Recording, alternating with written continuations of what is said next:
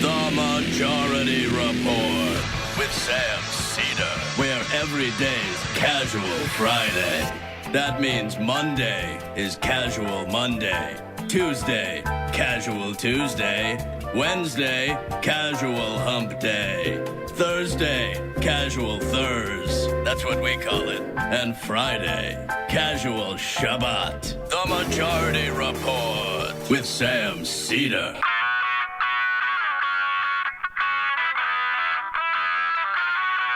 It is Friday, July 19th, 2019. My name is Sam Seder. This is the 5-time award-winning Majority Report. We are broadcasting live steps from the industrially ravaged Gowanus Canal in the heartland of America, downtown Brooklyn, USA. You're trying to say it the old way? Today, Ben Dixon. The Benjamin Dixon. Also on the program, House votes to raise the minimum wage. Donald Trump disavows himself and his racism. Anthony Scalia's son nominated for Labor Secretary. The good news? He did not give a sweetheart deal to a child sex trafficker. Meanwhile, DOJ prosecutors once again decide to not charge the president in the hush money crime because the president is above the law. Also on the program today, Trump wants to zero out refugee admissions to the country. And Trump's EPA has got no problem with a pesticide that causes slight neurological disorders in children. 500 troops to Saudi Arabia in Sean Hannity's bid for war with Iran. Meanwhile, Iran offering inspections for another nuke deal. And the lineup for the next Democratic debate is out. And lastly, John Delaney's own paid staff says, fire us. All this and more on today's program. Getting a little bit of feedback, Brendan. I'm not sure exactly why. Sending some stuff back to me, but I think we should be all right.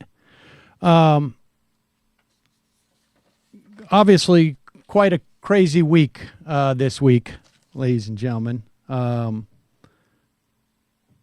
getting a little bit, you're sending a little bit of a signal back to me, Brendan. I don't know what's going on with that. You there? Yep. Okay. Crazy week this week. Now I can't hear myself. This is weird.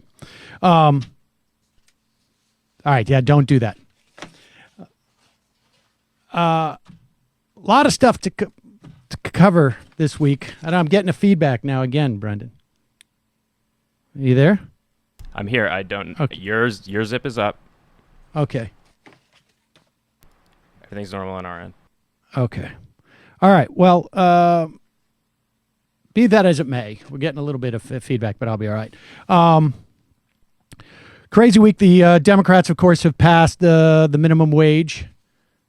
It doesn't mean much, but it's good. I don't know why Nancy Pelosi is excited about something that's going to die in the Senate when that has been such a problem in the context of impeachment. But I guess in this context, it doesn't really matter. Let's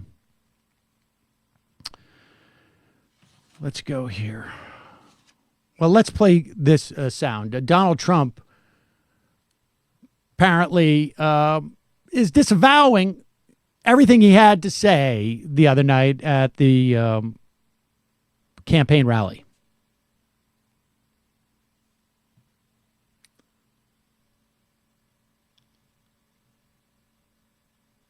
Mr. President, if I may, when your supporters last night were chanting, "Send her back," why didn't you stop them? Why didn't you ask them to stop saying that? Well, number one, I think I did. I started speaking very quickly. It really was a loud, I disagree with it, by the way, but it was quite a chant, and I felt a little bit badly about it. But I will say this, I did, and I started speaking very quickly, but it started up rather fast, as you probably noticed. There you go. Rather fast. Rather fast. I was talking. I really felt bad about it. What happened was it was so fast in the auditorium. And they were speaking about the Jews in a way that was so extra.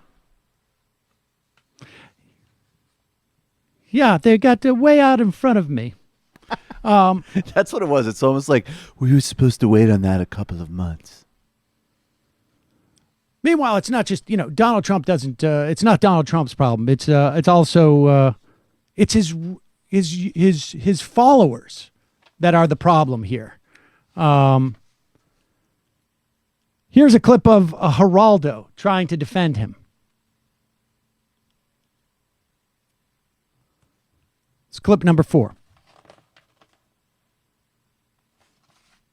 Go back to where you came from is the old racist trope that all of us, ethnic or racial minorities, have grown up with at various times. It is unforgivable at this day and age, and I really lament that it came up. I'm glad the president has said what he said, and I think that the crowds, if you love this president, then don't ever do that again at one of his rallies, because what you do is you diminish him. He is the glue that holds our republic together. He is the man that makes e pluribus unum work. Out of many, one. We cannot ever fall back into that lazy kind of the other that we did for several days. There you go. The problem is his followers. I don't want to say I hate the phrase, in fact, to be fair, but I in this case, as I watch that with the sort of the slobbering over Trump, that to me is he gets everything from Fox. Please stop doing this message.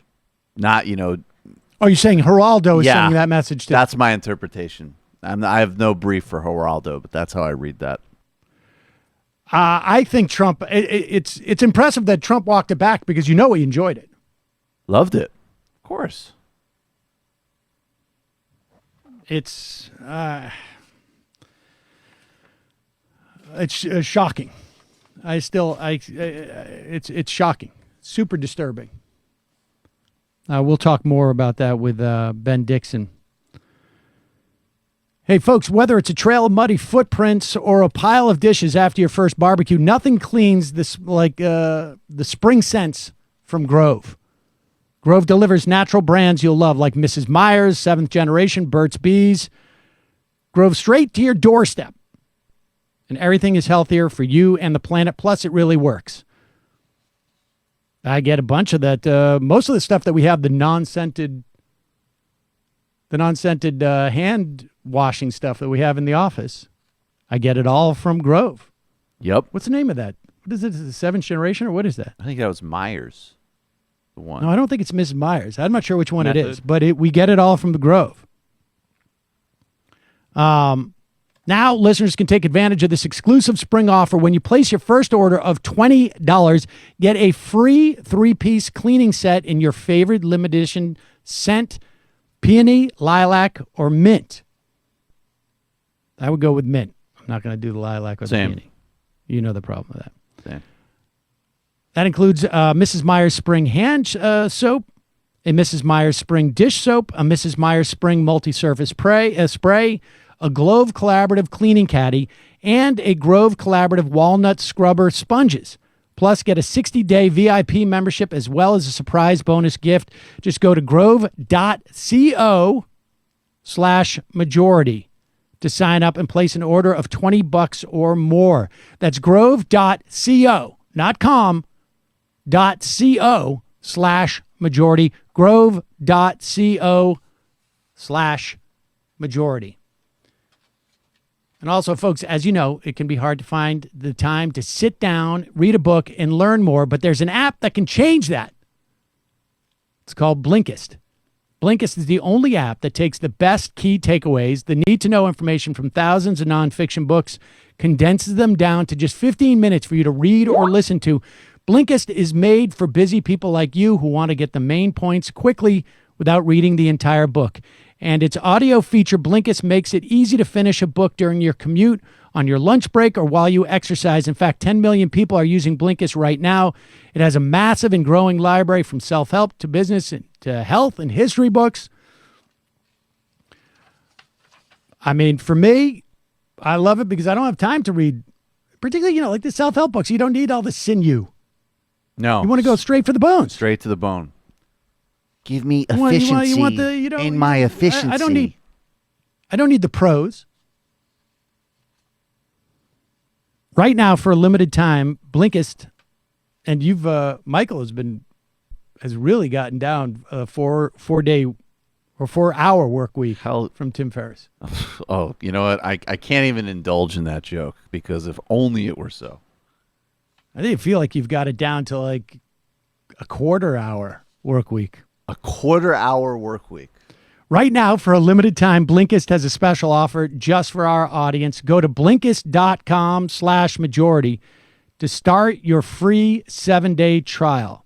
That's Blinkist, spelled BLINKIST.com/majority to start your free 7-day trial. Blinkist.com/majority. You get titles like, check out some of these titles. 7 Habits of Highly Effective People. Hello. How to Win Friends and Influence People. I should probably brush up on that. I Dale would. Carnegie Speaking one. of, there you go. Yep, that's yours. Fast track that, Sam. The Power of Habits. Factfulness. 10 Reasons We're Wrong About the World. And Why Things Are Better Than You Think. Fire and Fury. That's the one I got to check out. All right. Look, we're going to take a quick break. When we come back, Ben Dixon will be with us. Sorry about that, guys. Thank you, Michael. We had a little bit of problem. On the phone, it's a pleasure to welcome to the program the proprietor of the Benjamin Dixon Show, Ben Dixon. Ben, welcome to the program. Sam, thanks for having me, man. It's always a pleasure. I have no idea where to start this week, Ben. It's been a week. It seems like ages ago, but the week started off with Mike Pence basically parading in front of a room full of caged men, inspecting the tower. I mean, can you believe that was only 5-6 days ago? I honestly thought I would have thought that was 2 or 3 weeks ago by now. And it was almost frankly, I think it was the launch of the 2020 campaign for the Trump administration, and they rolled out all of the various, I guess, shades of racism that they have in their arsenal. And by the end of the week, I think we basically saw the entire campaign play out. Yeah, I have to agree. This is definitely the way that they're going to run the entire campaign. And what's so wild about this, Sam, is that a couple of things. Number one, it's effective. It's going to work to a certain degree. Now, whether or not he wins, that remains to be seen. But it rallies his base. And the Republicans who might feel a little squeamish about it, they go along with it. And so it's really his path towards victory if we're not careful. The other side about it is it's so potent that it does have the potential of dividing the country in a way that we've never seen in our lifetimes. And he seems to have no remorse whatsoever, not even this afterthought about what this type of campaign will do to democracy here in this country. Oh, God, no. I mean, and we'll play this clip later. I don't know if you saw this clip of Trump talking to this Yazidi woman, Nadia Murad, and this guy doesn't care at all.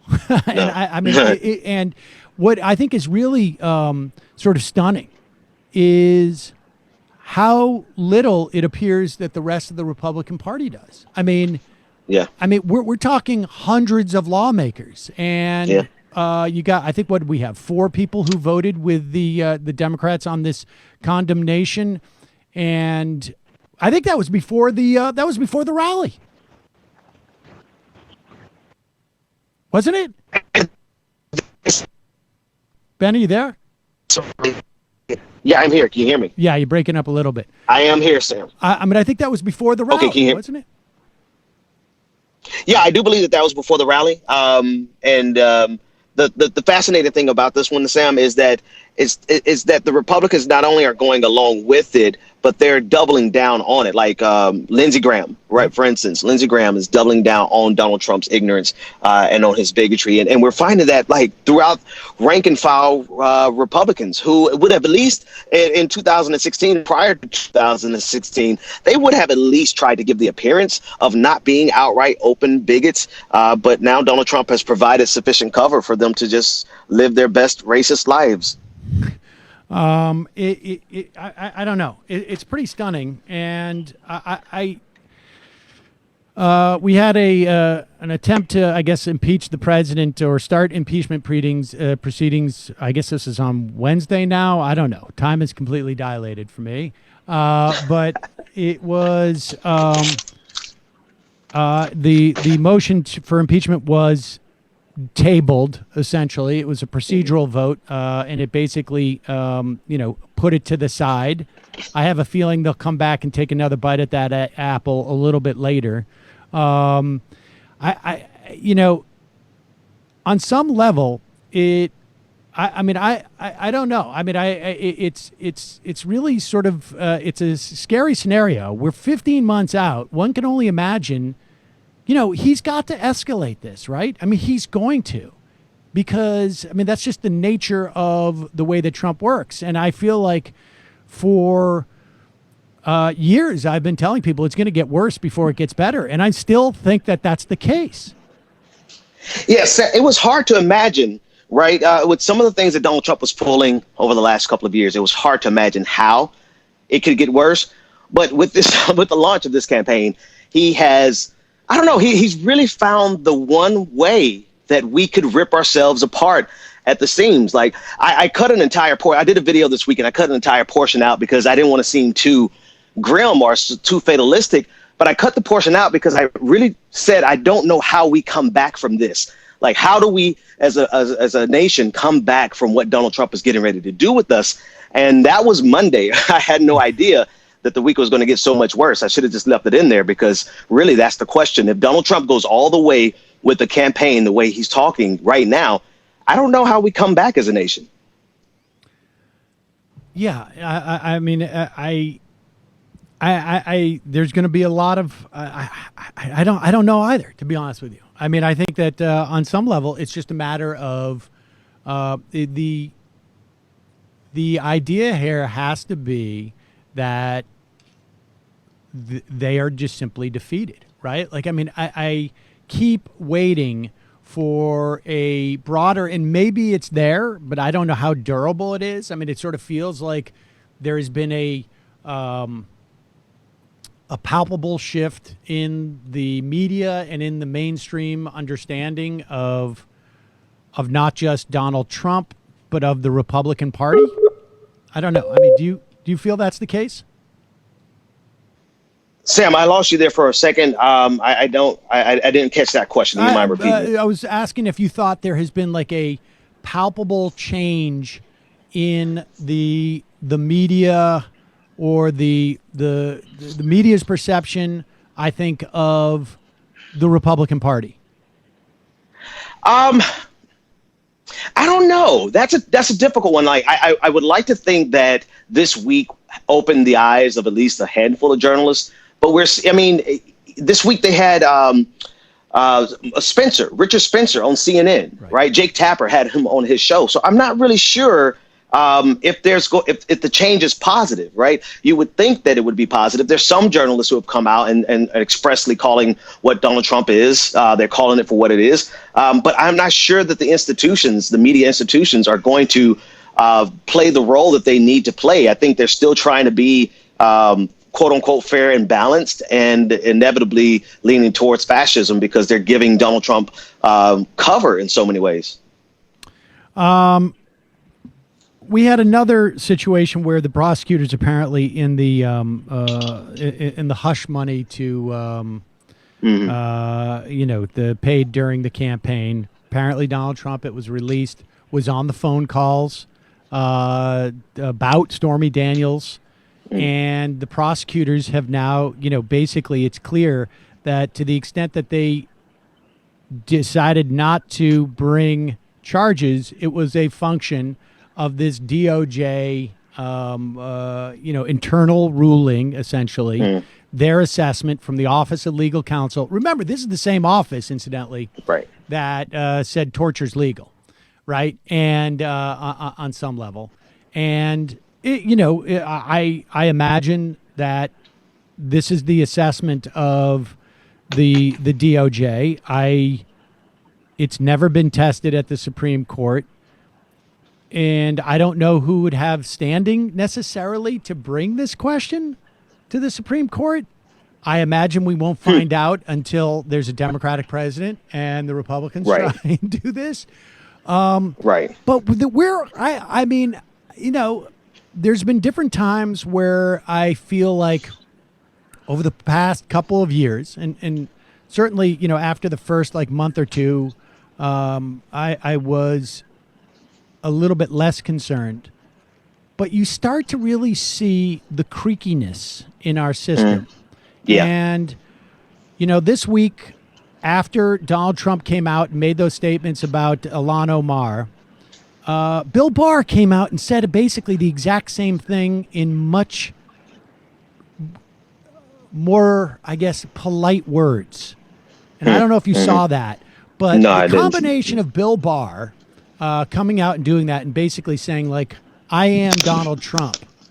I am defending Donald Trump, the individual, not the institution of the president.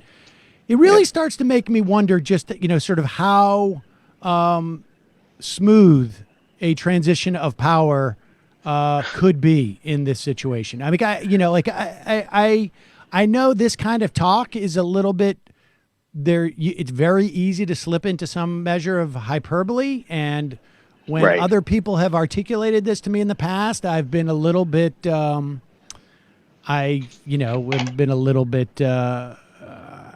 don't know. I've dismissed it pretty easily. But you start to see this stuff, and we're 18 months out, and it's still it looks a little difficult. I'm sorry, we're having a little trouble connecting. Are you there, Ben? Yes, Sam, I'm here. Can you hear me? Yeah. What's your sense of that? Yeah, so that you really, my big question this entire week has been, how does America absorb this? How do we adjust for this? How do we compensate for this type of leadership? Because we see now the creeks that you mentioned that are in our system. Donald Trump was uniquely fit to exploit them. Anyone who has just complete disregard for our norms and our institutions, the rule of law, and they're able to win the presidency, they're able to exploit all of these weaknesses in our democracy. Couple that with individuals who are more loyal to the individual man than they are the institutions and the nation as a whole. I mean, it is the perfect combination for chaos. And this is, when I say chaos, I mean a chaotic transition of power, like you mentioned. But this is pre-campaign. Like, he just launched the campaign this week. Can you imagine all of those factors compounded with the type of campaign that he looks like he's getting ready to run? And I don't want to lean towards hyperbole. I don't want to be a scaremonger, but I mean, it could get really ugly for America. And we have a president who has zero regard for the type of chaos that he could cause for America. Let's talk a little bit about the presidential campaign, because, at this point, and I just don't know how, I don't know how Nancy Pelosi continues to justify this, frankly. Mm-hmm. But that, we're not going to see any legislation get passed, any legislation that we, are hopeful about. There may be some small things. I think there's some bipartisan agreement on the do not call registry thing, and that's good to see, right? And Chuck Schumer, I think, is going to be able to maybe get us another inch and a half on the in our leg room in our planes. That's not bad. But really, it's, presidential politics take on an even greater import, I think, on some level. I mean, obviously people are going to have to get into the streets at one point if it continues on this way. And I think organizing is hugely important, probably more important. But this stuff it's fascinating. There was a poll that came out, NBC News Survey Monkey. And the national numbers weren't particularly, shocking. They've been consistent with what we've started to see in terms of a trend. Biden at 25%, Sanders and Warren at 16%, Harris at 14%, Buttigieg at 8 rather, and then O'Rourke, Booker, Yang, Castro at 3 and 2%. But here's what's interesting in terms of the breakdown of race. For white people, Warren is at 22%, Biden's at 21%. Then Harris and Sanders are tied at 15%. For black people, Biden's at 37%, Harris and Sanders are tied at 14%, Booker and Warren at 5%.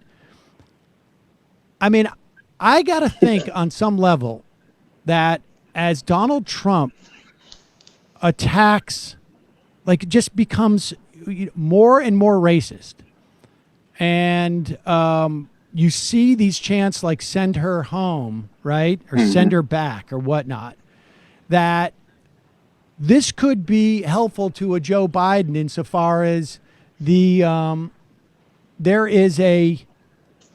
got to be I think a big part of Biden's support has got to be an association with Barack Obama, for sure, and B, a perception that he is the safest choice in some way. I don't happen to agree with this, but that he might be the safest choice.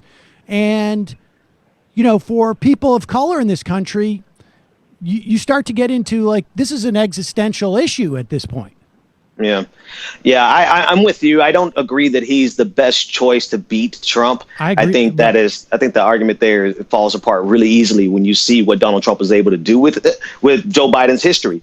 No one is going to have an easy road against Donald Trump. Right. Let's just start there. The third factor, you nailed the first two. I think the third factor is that Joe Biden really represents to a lot of people going back to normalcy.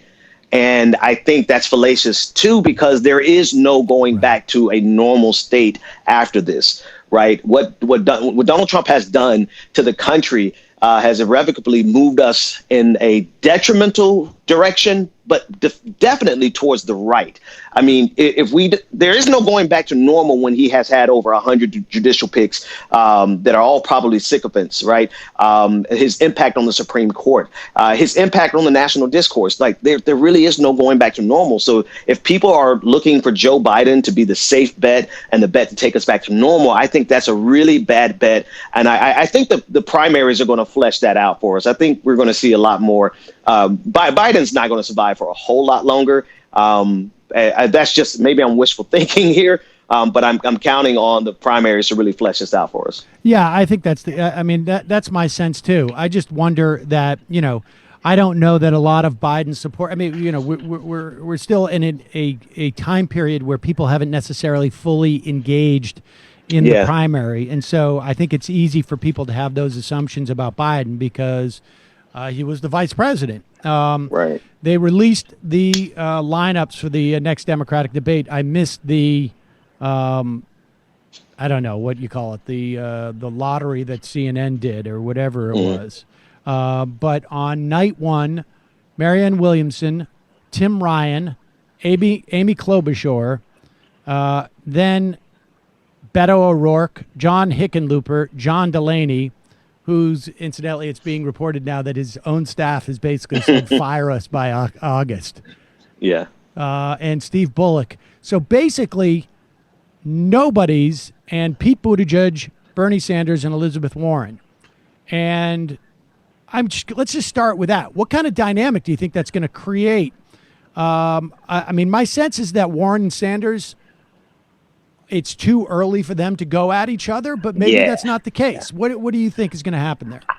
I'd be surprised if they went after each other, because they both of them in the first debate, they both made an impact, but they both sat back and allowed everyone else to kind of mess over each other, which is a pretty good tactic, in my opinion. They had a strong opening, and then they sat back a little bit. I don't see that they're ready to go head to head against each other, because that's going to be a net benefit for like Buttigieg in that kind of scenario. So I think we may see again where they're both going to make strong statements. They may have one skirmish between the two of them, but I don't think it's going to devolve into anything that's going to give someone like Mayor Pete an advantage in that debate. So other than those two, that it really, Marianne Williamson's, I do have to say this about her. Like, as much as I'm not in favor of her campaign, and I'm really not a fan of the spiritual guru types, right, I really do appreciate her running, if for no other reason than what she did to Dave Rubin on his own show. That was worth it all. Yes, I think that's absolutely the case. That was definitely worth watching. I'll tell you something. This first night is going to be fascinating, I think, because almost everybody on that stage, except for Marianne Williamson and Pete Buttigieg, let's put them aside for a moment. But when you talk Tim Ryan, Amy Klobuchar, Beto O'Rourke, John Hickenlooper, John Delaney, and Steve Bullock, they're all going to go at Bernie Sanders and Elizabeth Warren on ideological grounds, right? And this is going to give, I think, both Sanders and Warren, and particularly Sanders, because he has the most distinct ideology, at least from a rhetorical standpoint, from Warren, right? I mean, she has made it clear that she's a full-throated capitalist, but obviously needs some reform. Sanders is saying that we need a political revolution. This is going to be, I think, a huge opportunity for the left of the Democratic Party. Yes. Because they couldn't go against, here's the thing. Sanders doesn't want to go directly at Joe Biden in the first debate because some of Biden's supporters have to come to Sanders at one point. Right. But they're going to be on stage with people who, between 1, 2, 3, 4, 5, 6 of them, they don't even have, I think, 10% of the vote. Right. And so he's going to go up there, and Warren, I imagine, to some extent as well. And they're going to have to, they're going to have to defend the left. And I think they're going to want to do actually even more than that. I think they're going to take this as an opportunity to really explain why we cannot go back to the era of John Delaney and whatnot. And there's no cost for them to go at these guys, not necessarily as individuals. There's no point, right? But to go at their ideology, because they will all be surrogates for Joe Biden. Oh yeah. No, that's a great way of looking at it. And I also see this really may be the end of the road for a couple of those names. Yep. It's particularly John Delaney. Like, I do see he really believes what he says. And even though he's completely wrong, he believes it enough to jump out there. And that's going to be the perfect opportunity, like you already said. That's going to be the perfect opportunity for Bernie Sanders and Elizabeth Warren to just kind of make some hay, both for the left as well as clearing the field. So I wouldn't be surprised if after this debate, we see a couple of those people from night one drop out. Yeah, I agree with you. And the other, I guess, point that needs to be made about that, every single person on that stage on the first night will be white. On the second night, we have Joe Biden, then Kamala Harris, Cory Booker, Julian Castro, Andrew Yang, Tulsi Gabbard, Jay Inslee, Bill de Blasio, and Michael Bennet, and Kristen Gillibrand. And that's also going to be a fascinating night because I would imagine the theme of Joe Biden talking about how nice it was to have segregationists and this notion that everything's going to return to normal, right? That's Joe Biden's pitch, that I'm going to return things to normalcy. And I have a feeling, I would hope that half of the people on that stage, 3/4, are going to say to Joe Biden, what makes you think after watching what we saw this week and the reaction in the polls, let's say, to things like, that you're going to return this to normal? Like, what makes you think that we don't have a big divide in this country right now? And I think something else that's going to be exposed specifically because of that dynamic, right? The racial tension, the racial dynamic. Night two, you have all the people of color versus Joe Biden. I think that night is going to expose that Joe Biden is not as tough as people like to imagine that he is. He's not that skilled of a debater. He's not as quick on his toes as he's going to need to be to go up against Donald Trump. If Donald Trump is nothing else, he is a witty, he's witty with his comebacks. He can come back and really make you pay the price for saying something stupid, right? And we're going to see that on night two. I think once people get a hold of Joe, because everyone's going to come after Joe, they have nothing to lose, everything to gain. And I don't think Joe is going to be in a position where he can stand his ground, where he can actually make some hay out of it, like Bernie Sanders and Elizabeth Warren would do for night one. So I think it's going to be a good night for America to really see yet again that Joe Biden is not up to the task. He's not the best bet to go up against Donald Trump. I couldn't even think of that guy's name for a second. It's been that crazy of a week. Yeah, it's going to be, I think these are both really interesting sort of slates, to be honest with you. I mean, I suppose it could work that way. I would like to see at one point Warren with Biden, because Warren, has a particular portfolio that Joe. I mean, I think Joe Biden was one of the reasons why she got into politics. I mean, like electoral politics on some level, because of that bankruptcy bill. But this is a very good situation, I think, from the perspective of people who are of the left in the Democratic Party, because we're going to see an opportunity for Sanders and Warren to go full-throated against the establishment politics, the Hickenlooper, John Delaney, Bullock politics, and the sort of the emptiness on some level of the rhetoric of Buttigieg and O'Rourke, although, Buttigieg, I think, is far more adept at this stuff and maybe even has more substance than O'Rourke does. But it's going to be interesting to see. Then they're all going to come for Warren and Sanders. I mean, all of them. But I don't know. This week has really left me in I think more speechless than I've been in ages. Like I just the relentlessness of it, the nakedness of it, I mean, I suppose it's a good sign that Trump had to walk it back a little bit or pretend it wasn't him, and that they're all on board of this. Yesterday we saw the beginning of the week, Fox and Friends, because this is like and I don't want to elevate the importance of Fox and Friends in the context of American politics, but when you want to get a sense of what the sort of like the center of the right, the hard right's softest margins are, that's Fox and Friends, right? Like that's like it's almost like their cooking show on some level. And it's the soft and the way that, they started off the week saying that Donald Trump was being really comedic with his tweets. And then they described the chant of "Send her back" as like things got a little raucous, and they were blowing. I mean, we're at a stage now where it sort of feels like, they're not full-throatedly denouncing this stuff. They're sort of like keeping the door open to go further. And I get this sort of like feeling that, 6 months from now, they're instead of saying it was the crowd that just did this chant, they're going to say, well, I mean, let's face it. If she doesn't like it here, they should go back. Right. I mean, think about this now. Newt Gingrich, former Speaker of the House, was on Fox News saying that exact thing.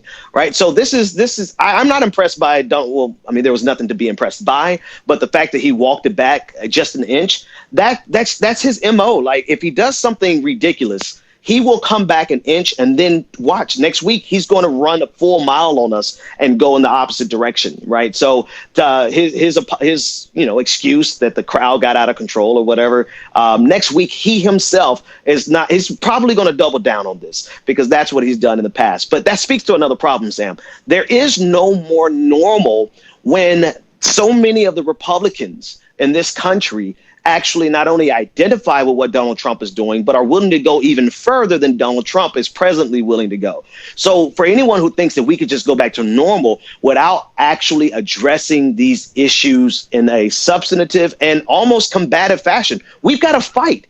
We've got a serious fight on our hands. And part of the fight is not just economic. Yes, we do have economic issues that we absolutely must address. We have to go towards the left. We need social policies. We need Medicare for all. Hell, we need universal basic income. We need a lot of different things. But we have to fight the culture wars, because this is where billionaires are pouring all of their money into. All these people you see on YouTube, the Ben Shapiro's, the Dave Rubins, they're getting funded to fight the culture war. And we're seeing the result of that, not only from the YouTube contingency, obviously the decades-long experiment, or the two decades-long experiment of Fox News.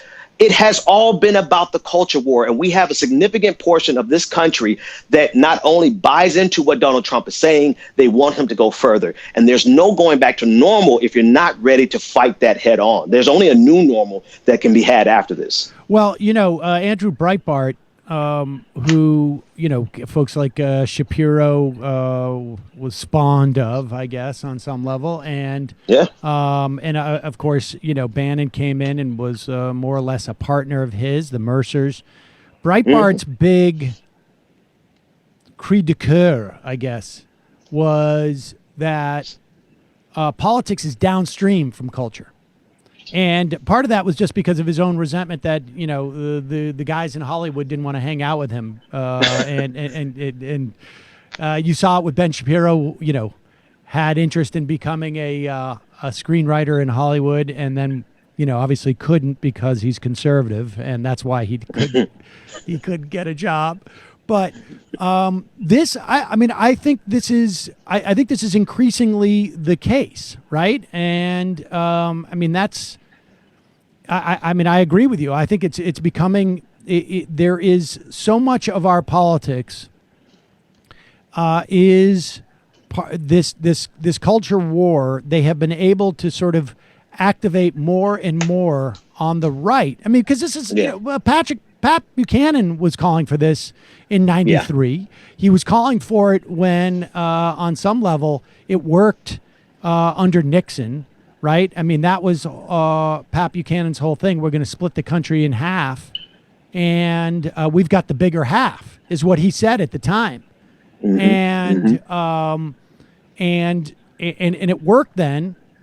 And maybe it's becoming more extreme or more naked only in relief on some level, that there is, in the sense that, like, I don't know that attitudes were worse in 1972. It may be just that on the, to the center, to the left, attitudes are better. And so there's a higher consciousness of this stuff, or maybe they're getting more extreme because they're feeling that power diminish. I don't know. I mean, the slightest amount of power loss, and they swear they are the most oppressed people in the history of all oppression. But never mind the fact that they're in power almost throughout the entire country. Can you imagine if white conservative men actually became a marginalized community? They would be in the streets burning stuff down every single day. But to your point, I don't know that they're actually worse, but I do think that they're more indifferent towards. Well, actually, let me start that over. I think there are less social ramifications because their reward structure, they have an entire reward infrastructure that actually rewards them for this type of behavior. I don't think that infrastructure was there as much in the 70s or the 80s, where you don't win an elected office, but you get yourself a nice commentary job making $300,000 a year if you can go out and say the most salacious and outrageous thing. So now they can be rewarded for their bigotry in a way that we went through a slight period. I mean, it was really just a really brief period in American history where you would be penalized for your open bigotry. I think we're in a place now where you could be rewarded because that country that they divided in half has all types of spoils to give to them. Do you think that what we're looking at is, 50 years ago, let's say 40 years ago, let's just peg it around the mid to late 60s. There was all sorts of structural support, and not structural, but structural, but also institutional support, right, for racism, for white supremacy, legal support, and institutional support. The legal support for white supremacy, for the most part, right, not necessarily in practice, but in terms of the letter of the law, although that's been rolled back with the Voting Rights Act and other things, but the legal support for white supremacy is diminished relative to where it was 40, 50 years ago. The institutional support is probably diminished in some areas, maybe across the board, but it's still pretty prominent in some other areas, like policing, for instance, and the carceral state. And on some level, that white people / the Republican Party. Honestly, that's simply a factual description of the Republican Party. Are trying to regain what they lost from a legal perspective and perhaps an institutional perspective in a cultural perspective. Yes. Okay, I think I pieced it together. You're saying what they lost institutionally, they're trying to make up culturally, right? And I think that they've done that. They are successful in that they have a system. I mean, we talk about this all the time. They have a structure where they can take a no-name nobody and they can elevate them to national prominence in a matter of a few days, and so they have the cultural impact. They have the structure. They don't have institutions. They don't have legal institutions anymore, but they do have private institutions. They do have think tanks. They have outlets like PragerU and the Heritage Foundation, all these organizations. I mean, countless organizations that can enrich someone and reward them for being able to make inroads in the culture war. If they can find right now, their latest move is the move towards collecting all of their people of color to do this work, right? Because that's far more powerful than a white person doing all of this, is to have a person of color. So right now they have a Muslim who will go out and deride Islam. They have a black woman who will go out and deride black people. I mean, that is what they're making their inroads through, and that's how they're making it. And I think that they see the value that even if we can't legally discriminate, or even if we can't legally suppress, because really what this is about is protecting that white male power structure that Bill O'Reilly and John McCain were talking about on Fox News some years ago. It's really about insulating that power structure. And if they can't do it legally, they have found a way to do it culturally. Right. Well, next week's another week. I'm sure it's going to be just as horrible. I can't believe that visit, that Mike Pence's visit was this week. I honestly have to go back and Google that because you're right. Time dilation is hitting us seriously right now.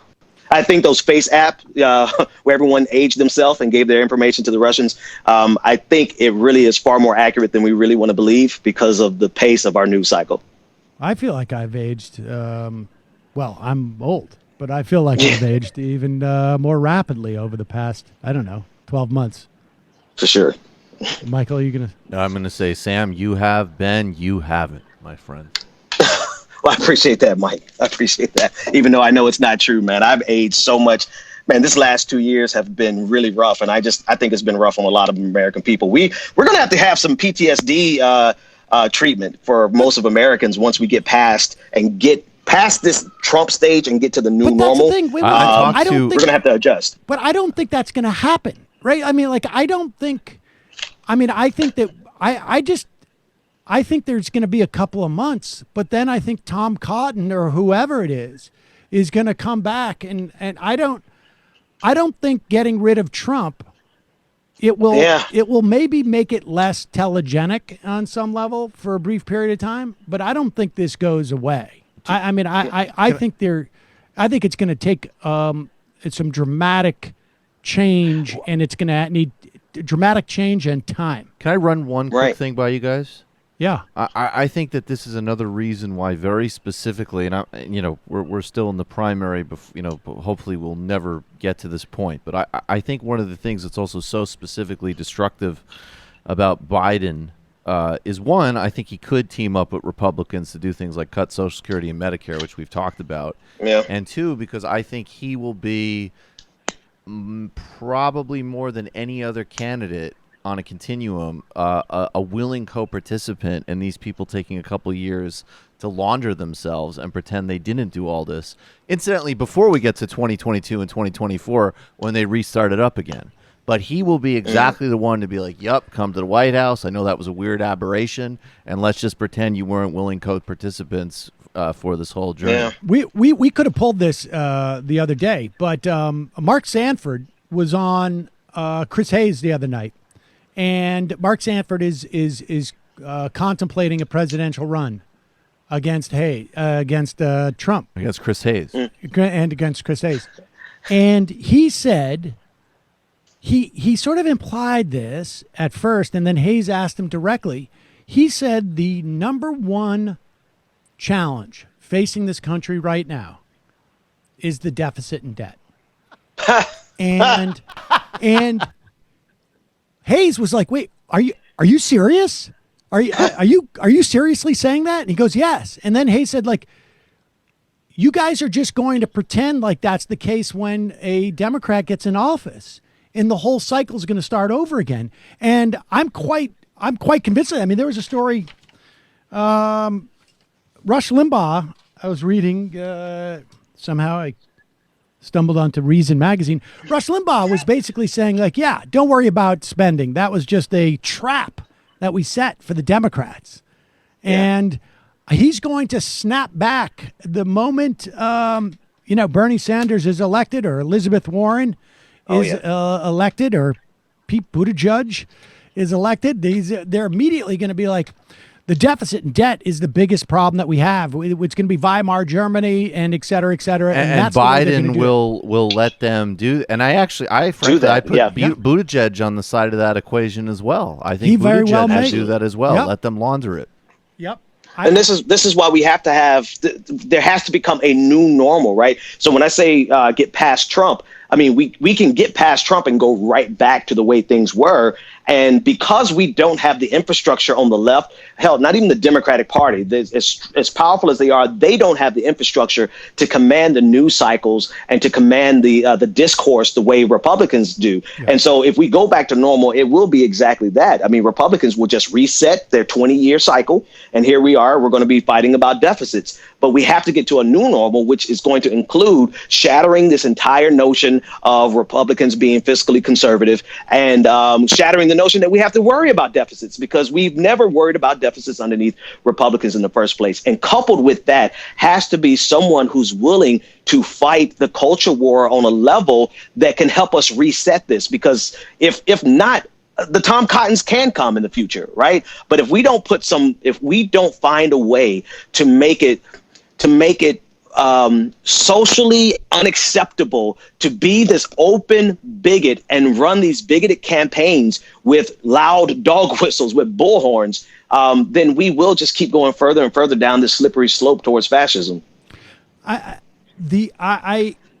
think that's why it's so important that, at this point, the project largely has to be to make sure that Donald Trump and the Republican Party are synonymous.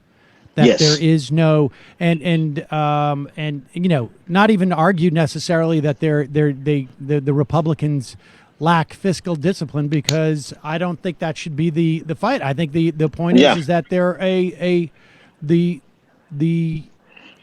Republican Party is it's broken. It is not a political party. This conservative movement is largely, I think, just authoritarianism. And there doesn't seem to be any type of rational set of ideology that doesn't really involve, the xenophobia and the racism. You don't hear people cheering like, we want wages, or we want jobs, or economic development, right? I mean, it is misogyny, it is racism, it's xenophobia. And you strip that away, there's just not much there. And it's also, at best, a willingness to exploit these things for massive corporate giveaways. Absolutely. I mean, that's exactly it, Sam. I think that's a distinction in many respects without a difference. If you're willing to just walk by and parade in front of a cage full of men who haven't, who've been denied showers and a place to sleep for 40 days so that, the EPA can allow pesticide companies to use something for that hurts kids' neurological development.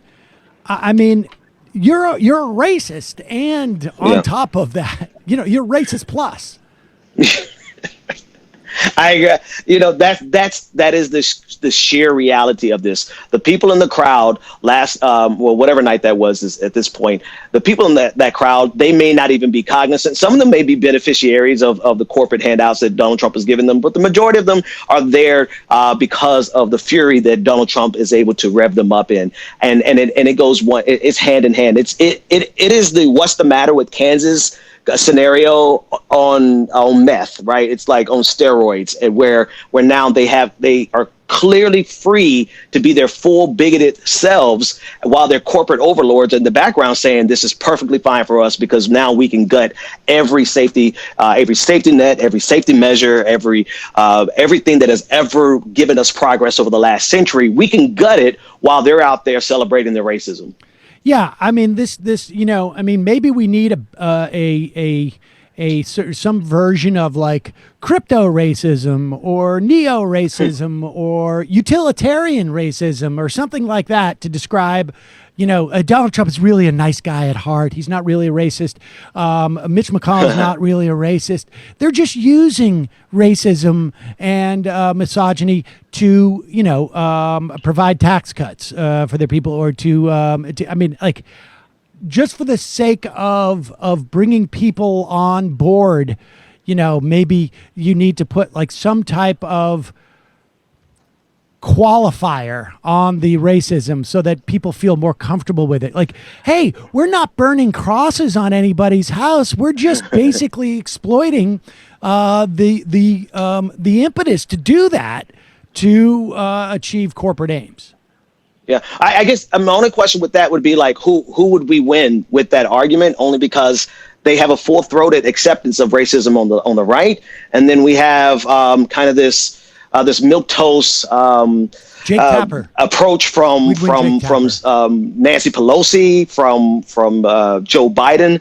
I mean, the centrist Democrats, I don't know that they would even be moved by that argument, just simply because of how they're reacting to Donald Trump.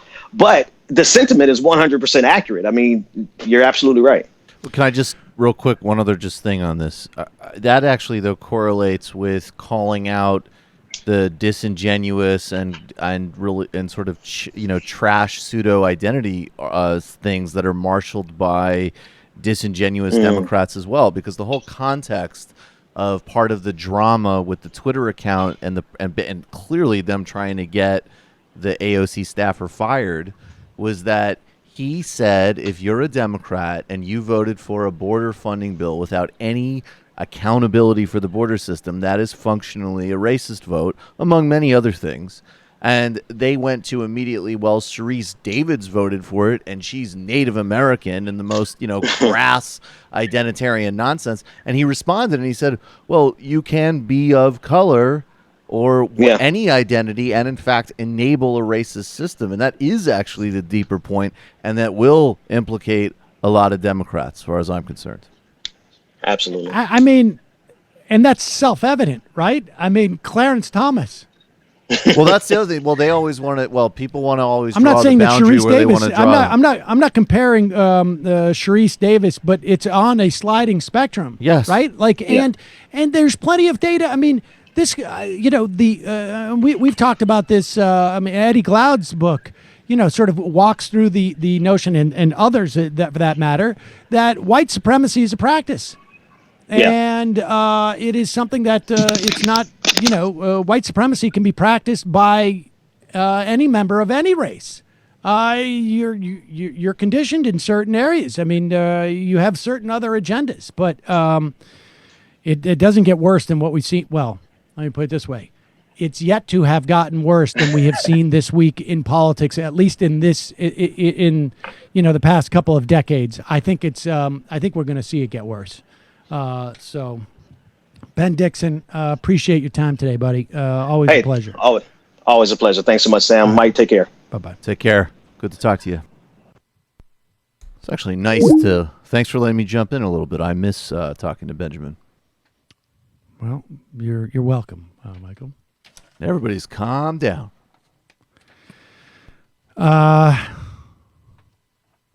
Folks, we're going to head into the fun Post-roll. half in a moment. Yes, I've got it right here in my Nice. hand. We're going to head into the fun half. I want to remind you this episode brought to you by Blinkist.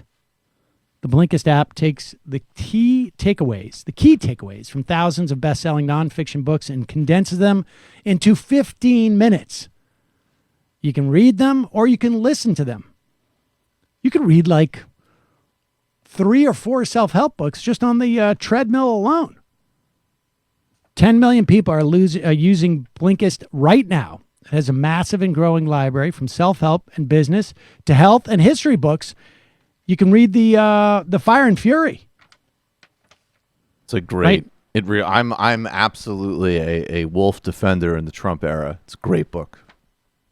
Right now, you can get 25% off your first year at Blinkist. 25% off your first year at Blinkist.com/majority. That's Blinkist.com/majority. All right, folks, just a reminder, this program relies on your support. You can support this program by becoming a member at jointhemajorityreport.com. For just pennies a day, support the program, and as a way of saying thank you, we give you extra content every day. We are going to be covering the debates live. That's going to be in 2 weeks, I guess. Also, justcoffee.coop, fair trade coffee, tea, or chocolate. Use the coupon code majority, get 10% off. As Dorsey was discussing earlier, check out the AM Quickie. We've been sort of reshaping it, and Do you like how I took that opportunity to turn that into a nice little plug, Sam? yeah, that was very well done. There you go. The good things rise out of the tech problems. There you go. Yeah, folks, check it out. If you have feedback, send us an email at majorityreporters@gmail.com. We have already made changes based on your feedback. We will make more. And the show's only going to get better. I mean, we started out, and I fully subscribed to that. Part of it's like that Tim Ferriss stuff from Blinkist, where it's just like, do it. Make it perfect later. Definitely. That's my new mantra.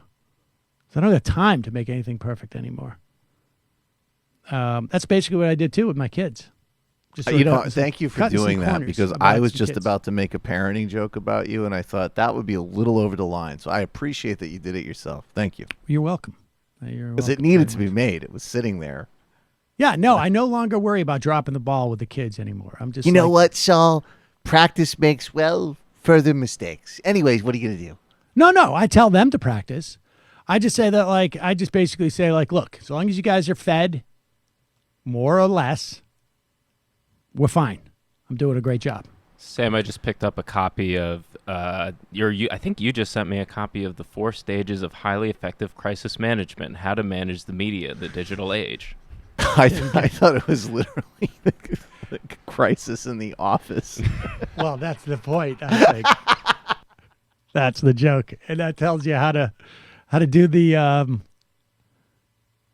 feedback loop on the board. Michael, today is Friday. That means that someday during this past week, the Tuesday must have happened. Tuesday was great. We talked with Daniel Bessner about reinventing human rights, the troubled history of so-called humanitarian intervention going back to the Balkans. I just will say quickly, this Sunday, we have an illicit history of the Communist Party in Sudan and a primer on what's happening there right now with Ahmed Kabello, who's a Sudanese journalist. His father's on the Central Committee of the Sudanese Communist Party. It's fascinating. Next Tuesday, Crystal Ball and Joshua Kahn. Michael Brooks Show on YouTube and patreon.com/TMBS. Crystal Ball. Crystal Ball. I haven't run into her in ages. Actually, I'll be on her Hill show on Monday morning. Is it The Hill that Yeah, The Hill on? has The Hill. She hosts a show, Rising for The Hill. It's good. It's a good morning. It's not a brief. It's a full morning show. It's a good morning. Oh, in news other show. words, it's not competition with the A. Yeah, I was checking myself there for a second, Right. but it's Who did very she do it with? That distinct. guy Buck Henry or somebody? Not Buck Henry. I don't think so. I'm pretty sure it's not. Matt, you can check out the Antifada, patreon.com/the Antifada, and you can check out Matt's Literary Hangover on the YouTube channel and at patreon.com/literary hangover. And also, obviously, all those things are available on Stitcher and iTunes. Quick break. Right back with the fun half, 646-257-3920. We're going to take a bunch of calls today. You are in for it. All right, folks, 646-257-3920. You're down, Sam. See you in the fun half. Are you ready?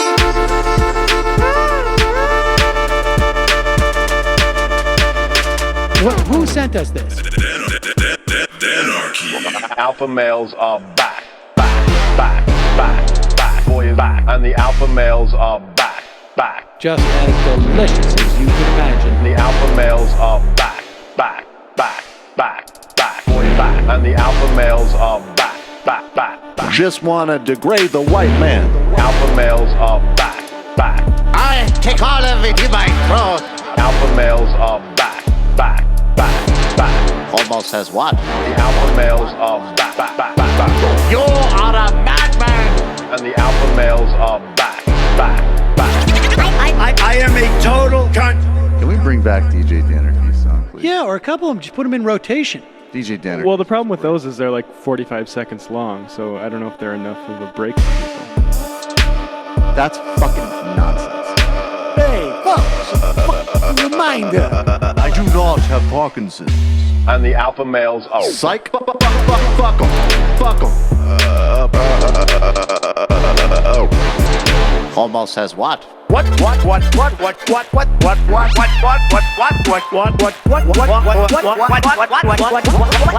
Almost says what?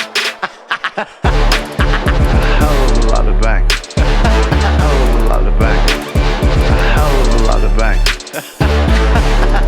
Hell of a lot of bank. Hell of a lot of bank. All lives matter. Have you tried doing an impression on a college campus? I think that there's no reason why reasonable people across the divide can't all agree with this. Psych. the alpha males are back. And the Africans are black African. And the alpha males are back. And the Africans are black. See Donald Trump out there, doesn't a little part of you think that America deserves to be taken over by jihadists? Keep it at 100. Can't knock the hustle. Come on! Fuck 'em. Fuck things I do for the bigger game plan. By the way, it's my birthday! Happy birthday to me, Jew boy! I have a thought experiment for you. And the alpha males are back. Africans are black. Alpha males are back. Africans are black. Come on. Come on. Someone needs to pay the price for blasphemy around here. I am a total pussy.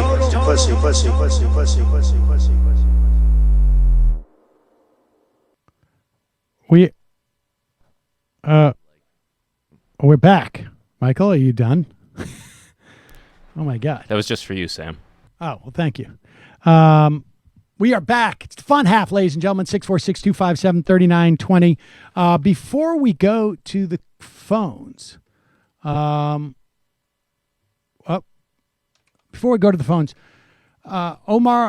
Omar came back to Minneapolis Airport. What was this, last night, I guess? Yes.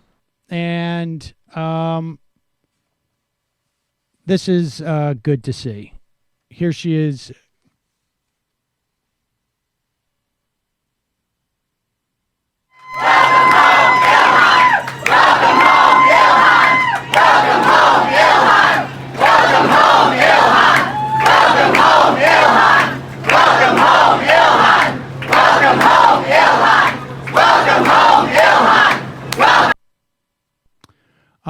That's good to see. It's encouraging. It's great. Yep. Let's just hear her. She spoke in the wake of Donald Trump's attacks.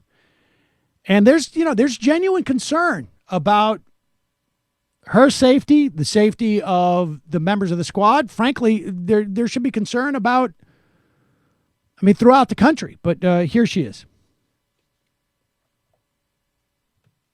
Hello. It sure feels good to be home.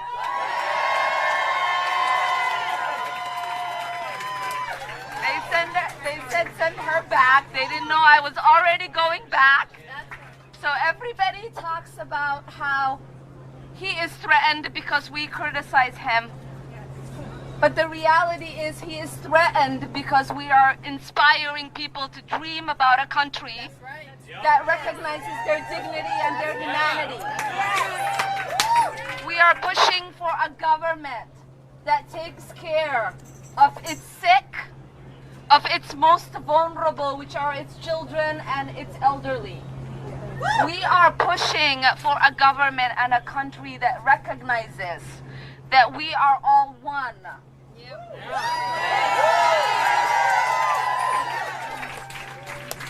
That what I gain is a gain for my sister and for my brother.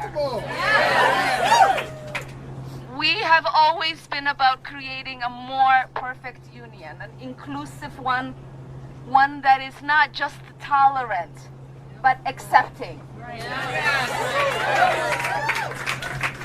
And so since the first day, this president introduced the Muslim ban, knowing that the country I came from was on that, and that my country now was on the track of implementing fascist laws, I knew that I had to speak up.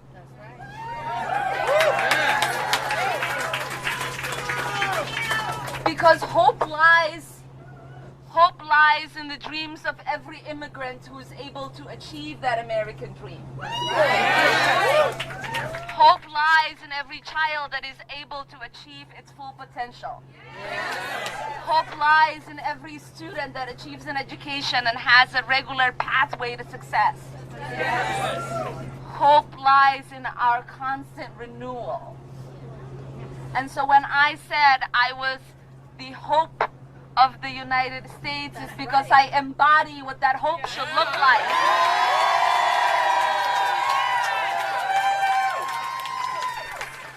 And when I said I was the president's nightmare, well, you're watching it now. Because his nightmare is seeing a Somali immigrant refugee rise to Congress. Nightmare is seeing the beautiful mosaic fabric of our country welcome someone like me as their member of Congress home to Minnesota.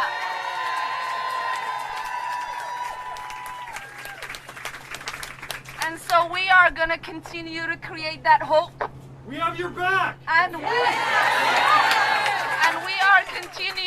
going to continue to be a nightmare to this president because his policies are a nightmare to us. And we are not deterred. We are not frightened. We are ready. We are in the ring. We are in the people's house, and we are going to continue to keep fighting until we have the America we know we all deserve. Thank you. Jeez. She's obviously has for a very long time been by far my favorite member of the House. And I mean, that's just such an important reminder here too, of like getting back to the fact that this, like, she has done more for most of the idiots in Trump's crowd than he's done. I mean, in fact, he works against them if we're talking about the economic policies. I mean, while this was happening, just this week, she and Sanders have a new push against Amazon in their factory conditions. Yep. She's the co-sponsor on the debt relief bill, Medicare for all, And and 9/11 first responders. 9/11 first responders, Yes. which is stunning, of course, because one would think she would have a different view of that from all of. I shouldn't even make that joke. I mean, the lies about her are just so grotesque, and she's like, that's it. Firm grounds of anti-racism, but also it's a positive, affirmative, shared civic space, and then let's go achieve common goals. People have no idea how lucky they are to have that kind of leadership now. It is. I mean, let's just for a moment, just contemplate the idea that Rand Paul was pushing for the 9/11 compensation fund, and Ilhan Omar was the one who was holding it up. Right? Right. What? They would be sending police squads to the Hill. They would be attempting to arrest her if she had done something like that. And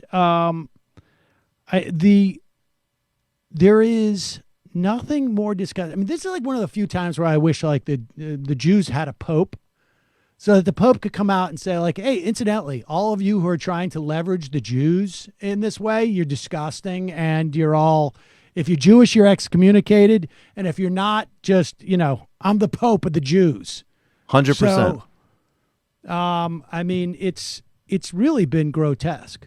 And anybody, look, I always have to say, just, Chuck Schumer, Steny Hoyer, and Nancy Pelosi not only did not have her back in the first wave a couple of months ago, That's right. They went to AIPAC and co-signed on lies about her. And they and that editor at the Ford, I can never remember her name, but she's constantly trying to drum things up against Ilhan. They share a role in this. It's disgusting. Not only do they share a role, I mean, from a moral perspective, all right, let's just step back from that. Sure. But from a political perspective. Strategically, they opened the door. They opened the door, but let's remember, not only did they open the door to this, because they sort of capitulated with their narrative, they stepped all over their big rollout of their big signature bill, H.R. 1.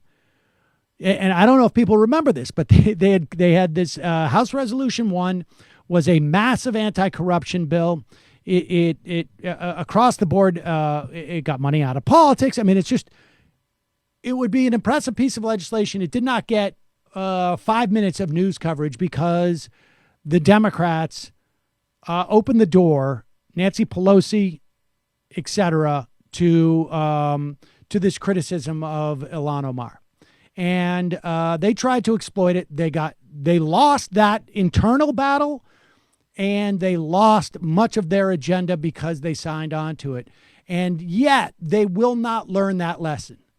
And frankly, I've been surprised that there's not more been written about this, because that was on not quite day one, but week 1, week 2, they completely dropped the ball for their agenda, even on their own terms. Well, that's the lesson with all of these people.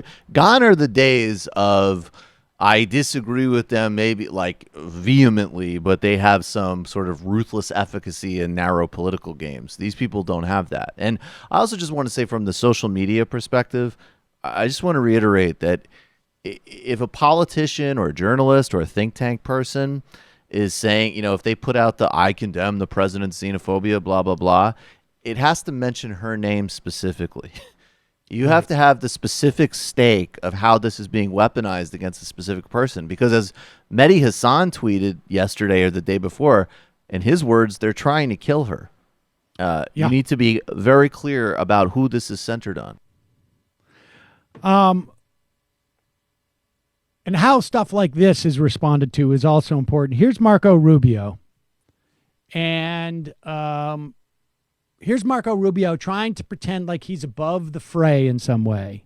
And this is, I mean, watch this, because this is going to be how the Republican Party, if Donald Trump ever goes away, eventually he will, I got to imagine, but I don't know.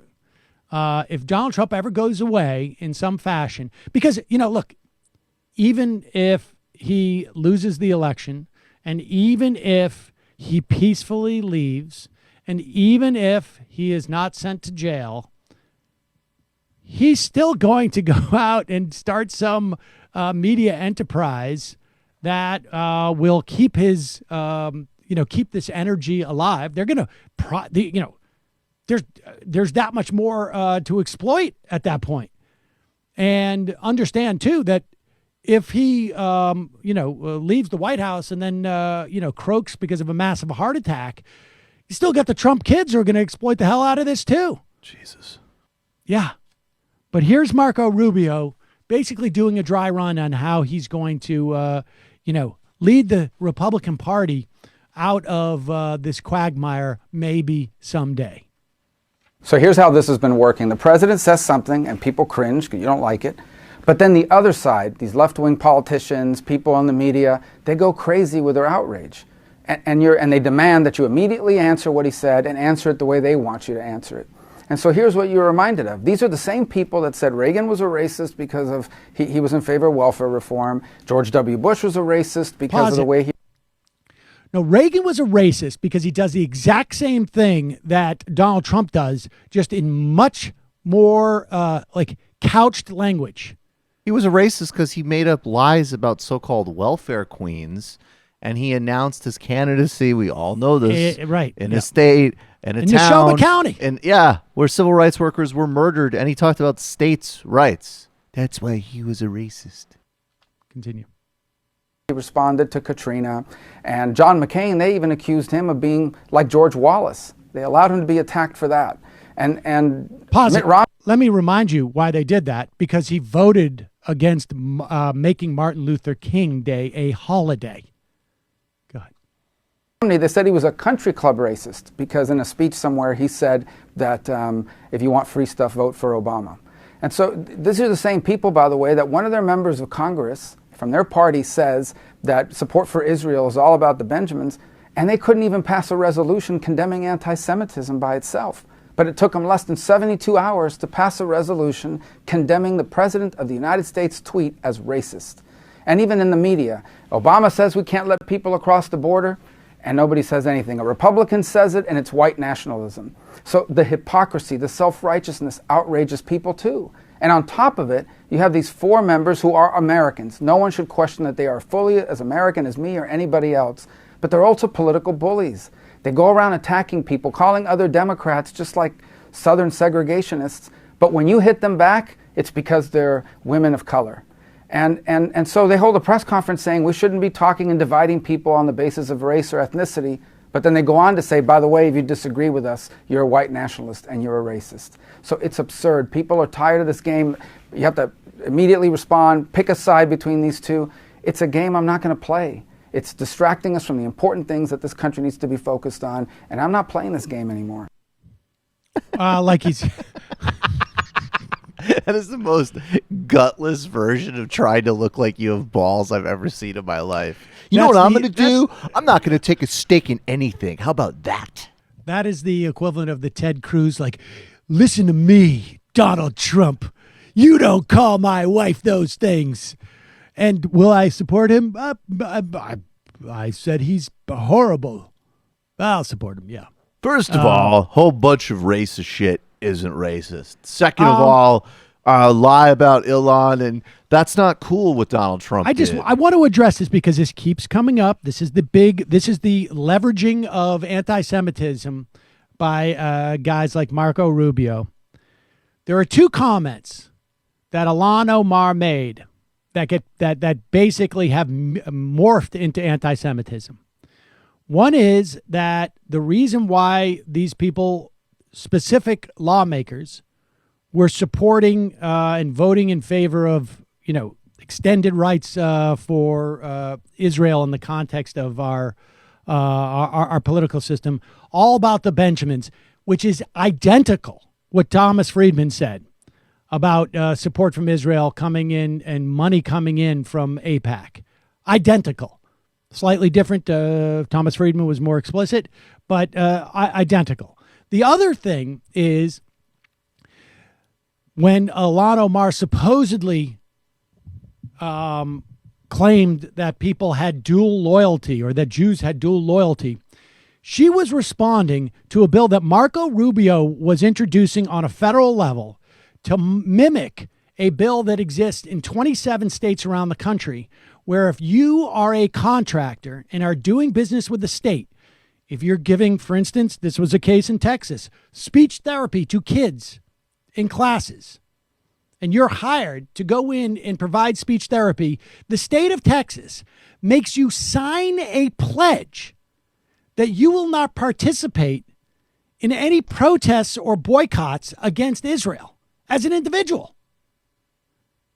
And so she said, I'm not going to sign a loyalty pledge, which is exactly the legislation that Marco Rubio was introducing on a federal level, that nobody doing business with the U.S. government can participate in a boycott of Israel. That's just absurd, regardless of whether you think Israel should be boycotted or not. The idea, we don't have such pledges against Saudi Arabia. We didn't have it against South Africa. We didn't have it against England. So it has nothing to do with the country or what. The idea that fellow contractors would have to sign a pledge, the idea that state contractors have to sign a pledge to not protest anybody. Are they going to do this with Sean Hannity next, too? It's just absurd. I mean, again, I just wish there was a Jew Pope somewhere, but apparently there's not, but available. Let's go to a 308 area code. Who's this? Where are you calling from? Hey, this is Kowalski from Nebraska. Kowalski from Nebraska. What's on your mind? I called in last week, and I had two questions. You only had time for the short one, so I was curious if you had a decent amount of time for a bit of a lengthy question. Well, go ahead. It's early in the calls. Go ahead. All right, so I have a policy idea, and just for some background information, I am in politics. I plan on being a Republican primary challenger this coming spring. I kind of like a liberal perspective on an idea that I've got. Okay. So I see some pretty big issues that are going to be coming towards the heartland, which I would classify as like the Great Plains, the Midwest, maybe excluding Texas. But basically they are self-driving cars, electric vehicles, and meat alternatives. And these are all pretty important because transportation is, pretty big for our labor force. Self-driving vehicles would, disrupt that pretty severely. Plus, it might start taking over agricultural equipment, which would lead to more corporatization of the whole industry. Electric cars may not seem like a big issue, but in like 5 to 10 years, projections show that maybe about half of all automobiles in the U.S. will be that. So that'll likely kill the ethanol industry, which is 60% of our corn demand, which would, just devastate farm operations. And then the last one are meat alternatives, where you either have, like the veggie burgers and whatnot, or you can even have like lab-grown meats, and they're all of equal or better quality than traditional meats, and then they have fewer inputs. So just economics, there's no way we're going to be able to beat any of that over the next 5 to 10 years. So my solution for it is basically to gear all of agriculture that wouldn't be necessary for food production towards fighting climate change with carbon sequestering. I mean, I think that, without knowing the details, broadly speaking, that sounds like a good idea. I mean, I personally think that the Green New Deal, and I don't think it has. I see it as a way of building on the Green New Deal. The Green New Deal is kind of like a big outline. This could be like a piece of it. And the reason I think it's a good idea is because I'm not trying to start something. I want to build on existing momentum. Yeah. I mean, if you're asking me as is it a good idea from a policy standpoint? I would say yes. I mean, the fact of the matter is cutting down on meat consumption and meat production, it would go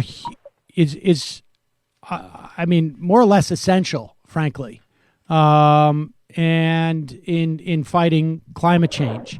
And it's not that we'll be cutting down on it. One thing I've noticed is that you cannot do anything that is going to reduce someone's standards of living.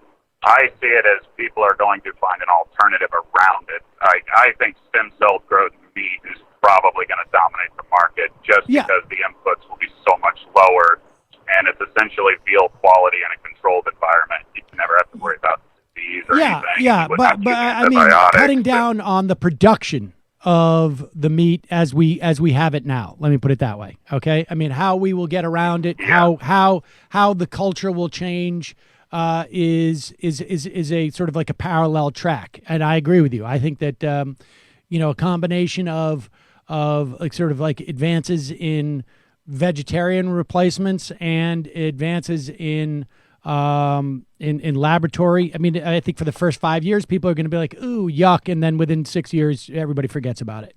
And that's the way that we eat. Yeah, a lot of people don't really understand how disgusting it is to actually butcher an animal. So exactly. Exactly. I would argue far more disgusting. And if people really want to get a look at that, watch Frederick Wiseman's Meat, I think it's called. It's a extended documentary, and you'll walk out of there a little bit shaken. But yeah, no, I think it's I think. Well, there is a second half to this whole policy that is part of the carbon sequestering, which I think is actually the part that I wanted to run by you guys, because it's either brilliant or absolutely crazy. So basically what I want to do is have everybody on, because if there's no more need to grow meat, that means all rangeland is now opened up. Like, it is pointless. The 10,000-year occupation of being a shepherd is over. So that would free up a lot of land to, grow more. I want to grow high-volume forage crops, bale them up, take them down to the coastal areas, and build up major marshlands, because that provides protections from storm surges, which costs us like $50 billion a year. And there's pretty much no way to stop the thermal expansion of the oceans at this point. So in the future, hurricanes should become less frequent, more violent, bigger storm surges. So if we are using all of this material, which 95% of all dry plant matter is simply carbon from the atmosphere. So if we're dumping all of that into the ocean, putting sediment on top of it, building up a wildlife refuge on the top of that, it shields our coastal areas from storm surges. You're sequestering the carbon somewhere it cannot decompose. And, you just be constantly feeding a defense while also, saving money from, the damage.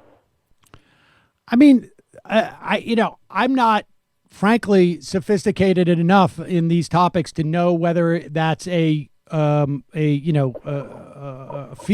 I mean, it sounds like a the numbers work. The transportation could be a nightmare, though. Right. And I would imagine also you're going to have a problem. I mean, I don't know specifically where you are, but in terms of flooding, there needs to be, you're going to need to, it's going to be interesting to see what the implications for flooding will be when we ultimately achieve what you're talking about. But I will say this, that as a from a campaign perspective, I would not run on this. I mean, I just think that I think like this would be a I think you need to run if you're running, and I presume you're running in the Republican Party because, I mean, your ideas don't sound particularly Republican to me.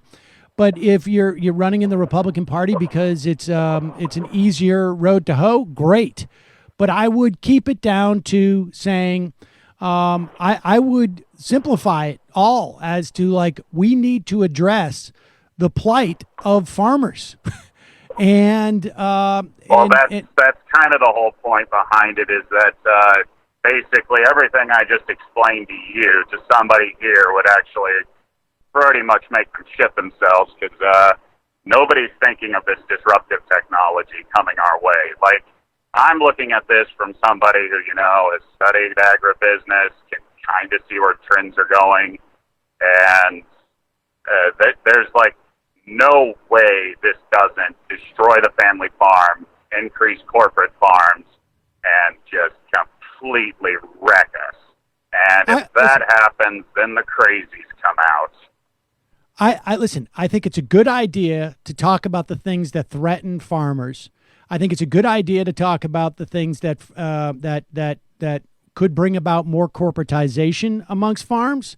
I just wouldn't get so frankly so granular in your plans. I mean, if people want to hear them and they want to sit down, but I wouldn't. I would just talk about, broadly speaking, we need to start thinking about support for farmers. And we need to do that, whether it's in fighting climate change or whether it is in retraining or whether it is in finding other professions that work with the land that can, be, that can be turned to other productive uses. I think acknowledging and pointing out potential threats to people's way of life, whether it's, and this is why people say like Social Security is in crisis, because the implication is that I see that Social Security is in crisis. I will have a plan for it, even if it's not. And in this instance, I think this way of life is in crisis. And frankly, there's a lot of things that are going to be affecting people in rural areas, broadly speaking. So, I mean, I think that's a good idea. I wouldn't start introducing those plans until you get into Congress. Good luck with it. I appreciate the call. What I would do is say that your opponent has small hands, and we all know what that means, because you're running in a Republican primary. Right. And climate's happening because the Jews built a space machine. That's just my advice, not normative. We have so many callers on the line. It's unbelievable. He no longer puts numbers on there, so I can't tell you, but I think it's like 50 callers. And this guy got in on the wire. Calling from a 509 area code. Who's this? Where are you calling from? Hey, Sam. It's Ronald Reagan. Ronald Reagan. I thought it was you. You got you really jumped right in there. Clients must be waiting in the waiting room. Right on top of it today. Well, I've got kind of a serious call, if you don't mind. I'm a big fan of the show, but I wanted to share with you a couple of uncomfortable epiphanies that I've had recently, if you don't mind. All right. Sure. Okay. So first, I was recently listening to one of your shows. You were talking about mass incarceration and the sort of systemic racism in our criminal justice system. And as you were sort of talking through some of the issues, I was overcome with a feeling that I'd like to kind of try and describe if I can. Okay. First, it was like a overwhelming sense of sadness about the situation, grief, I guess you could say, for the people affected and their families and their communities. And that was quickly followed with sort of a thick layer of panic, almost like a sense that my inaction or even my lack of education made me in some way complicit in this sort of social meat grinder that we've constructed. And so I started to feel another thing, which was like a resolve to like do something about it, like even something small, but just to dedicate myself to doing something about this problem. And just as this resolve was coming up against that other feeling, that guilt, that sort of guilty panic in the back of my gut, just as these two things were coming to collide, I realized I've never put handcuffs on anyone myself.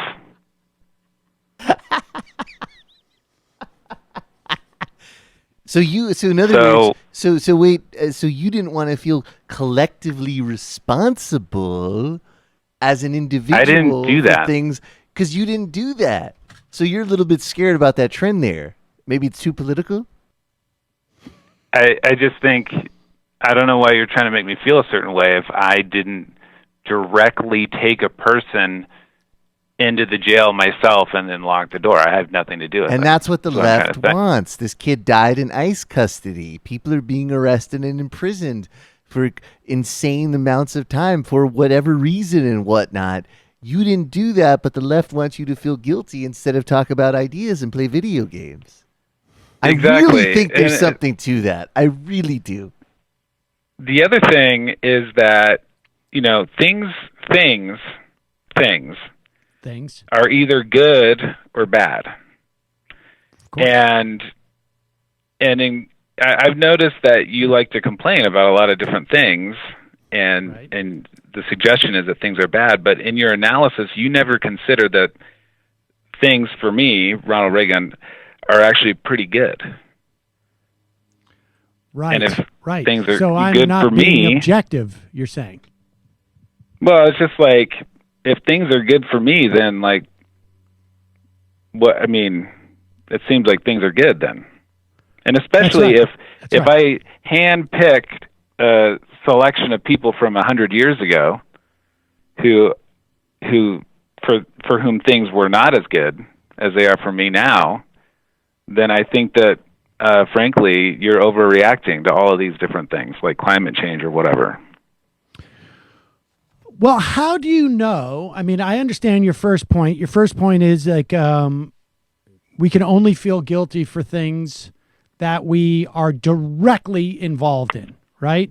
Not for what our society does, not for what our community does, not for what our government does. As long as we're not directly involved in something, we don't need to feel any guilt. And in fact, feeling guilt for those things is detrimental because then it causes you to sometimes do more of those things, right? Like if you're going to blame me, it's mostly that feeling that I described earlier. I didn't like it. That's the problem. Not just, but it goes further than that, because it's not just that you don't like it and it makes you feel uncomfortable, but if you're going to make me feel bad for the carceral state that I support with taxes or support because I'm a citizen, then maybe I'm just going to say, well, to hell with it. If I already feel bad about it, I might as well go out and cuff people or search them or do stop and frisk, right? Like it may actually make me do that more because I'm already paying for it. I might as well get I might as well get a chance to do it. And then, well, they do the crimes though, mostly, or no. All right. And then the other thing you're saying, but here's the problem with the second thing that you're saying, Ronald Reagan, because in years from now, when capitalism figures out how to turn climate change into the propulsion mechanism for jetpacks, people are going to look like when competition kicks in. When competition kicks in for the jetpacks, people are going to look back on us now and feel bad for us because we didn't have the ability to jetpack around. And that's when things will be much worse. If I was responsible for my grandpa not having an iPhone, I'd really feel really bad about it. But it wasn't my fault. Steve Jobs wasn't born yet. And so then you think about it in a completely different way. I really think there's a lot to this. There's a lot to this. And, my ancestors came over on a boat, and then they walked across the plains. They were early Mormon converts, and now I would just fucking fly. Right. So seems like Life's we're much better. good, and I don't know, frankly, why I'm giving money every month to some show that wants to pretend like there's a bunch of problems if like I've got a good job and Well, wait a car. second. Wait a second. Whoa, if you whoa. take That's his money insurance. away, That's insurance in the then case you you will lose be your job. You will actually be directly making him feel bad, and that is your responsibility. That's true. I think you just got owned. No, I think you just got owned. Okay. All right. Appreciate the call. All right. All right. You're welcome. All right. Bye-bye. Calling from a 469 area code. Who's this? Where are you calling from? 469. Hello. Hello? Can you hear me? Yes? Can you hear me? Yeah, I can hear you now. Sorry. I got a comment and a question. First, the comment is, Wait, have you guys first you need seen to the tell me video of... what's your name and where are you calling from? Oh, sorry. Yeah, my name is Ganesh. I'm from Texas. Okay, Ganesh from Texas. Yeah. My comment is, have you guys seen the video of Trump speaking with Nadia Murad, the Yazidi activist? Yes, we're going to play that in a second. Okay, got it. Okay. That, kind of cemented everything just all over again.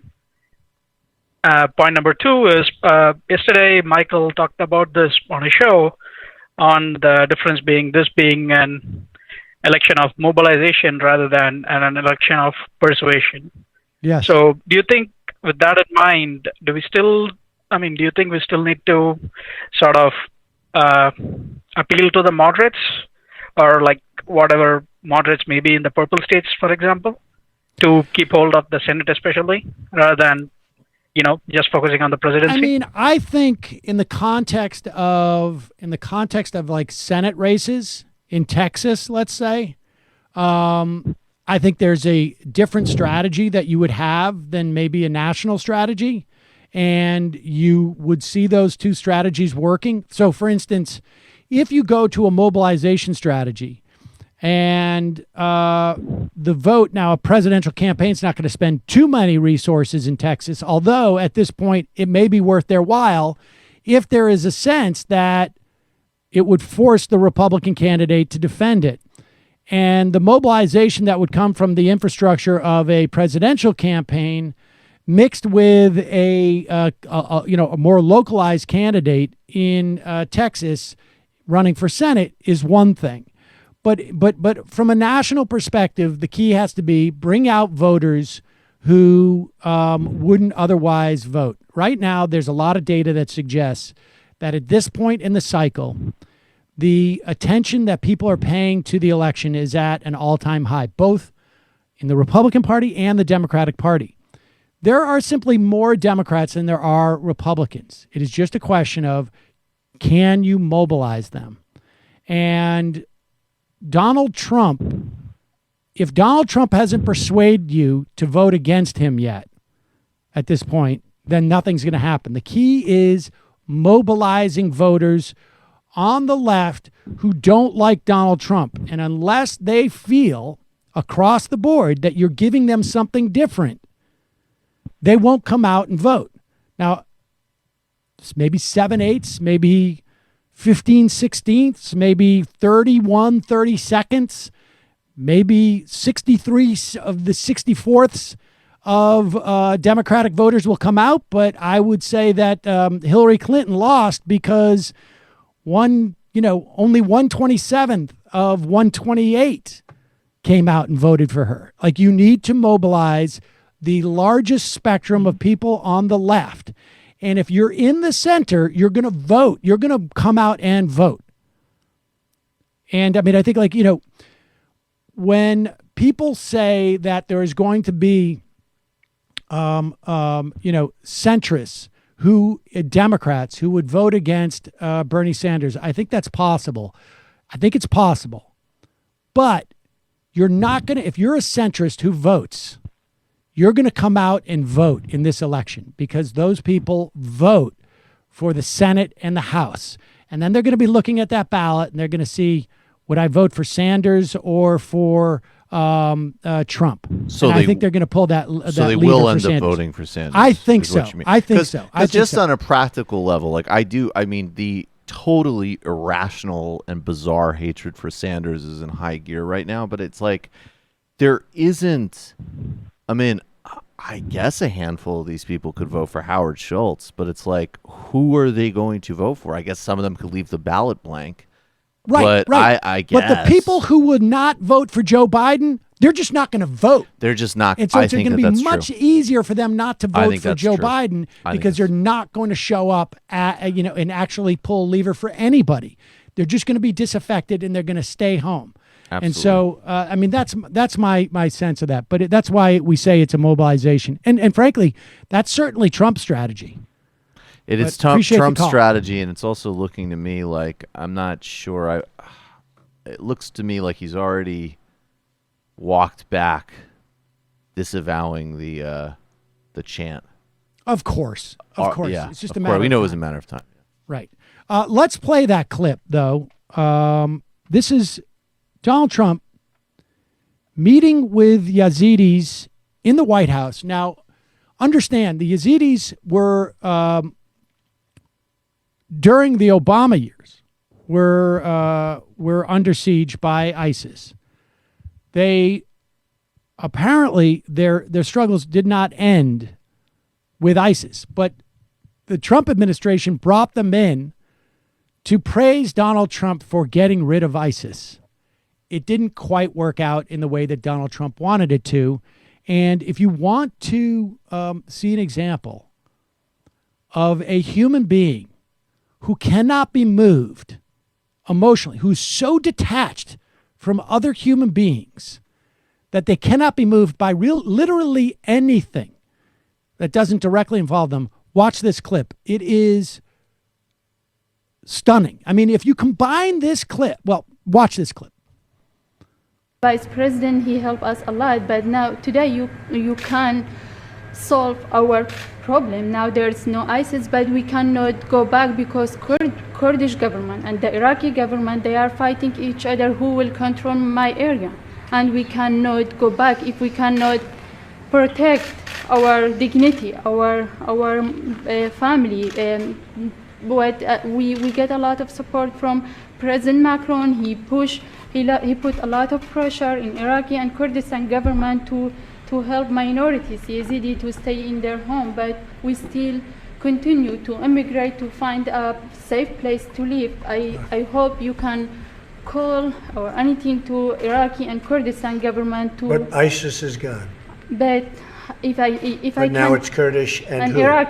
Iraqi government. If I cannot go to my home and live in a safe place and get my dignity back, this it's not about ISIS. It's about I'm in danger. My people cannot go back.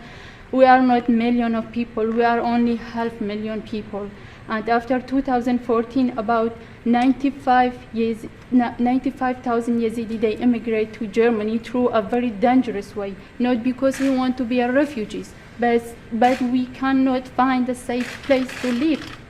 All this happened to me. They killed my mom, my 6th brother. They left behind them. Where are they now? They killed them. They are in the mass graves in Sinjar.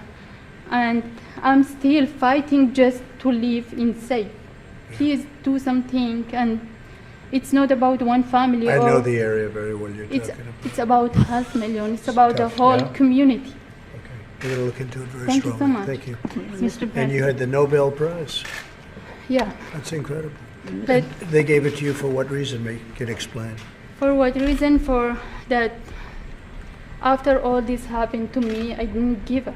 I make it clear to everyone that ISIS raped thousands of Yazidi women. This one was first time the woman from Iraq, she get out and spoke about what happened to them. Oh, really? Is that right? It's That's the first time. And it's. So you escaped? I escaped, but I don't have my freedom yet because you didn't see any ISIS in court. ISIS are, we don't know if they killed everyone, if they are in jail, but we know we have 3,000 Yazidi women and children, including my niece, my nephew, my sister-in-law. 3 years ago, she called us. She said, I'm in Syria, and now we didn't know anything about it. Let me look. We're going to look. Okay? Thank you very much. Thank you so much. I mean, Jesus Christ. Right? I mean, Jesus Christ. I mean, that's... I think what is so... Frankly, there's a fair amount of sociopaths, I would assume, in political space, but it's like the inability to even like pretend, have the understanding that this is the time, especially frankly because I hate that I would even have to like go this cynically here, but it's like the Yazidis were facing genocide. That's absolutely true, and part of the reason they mobilized some support amongst people who typically absolutely don't care about the well-being of anybody in the Middle East is because they're Christian. So it's like there's a lot of reasons for him to pretend to care about this woman. And he just, no. I mean, the only thing he's kind of interested in is like, you have a Nobel Prize. That's prestigious. That's like Obama.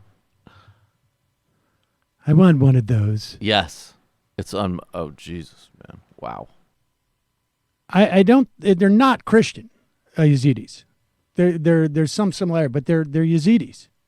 I don't believe they're Christian, but nevertheless,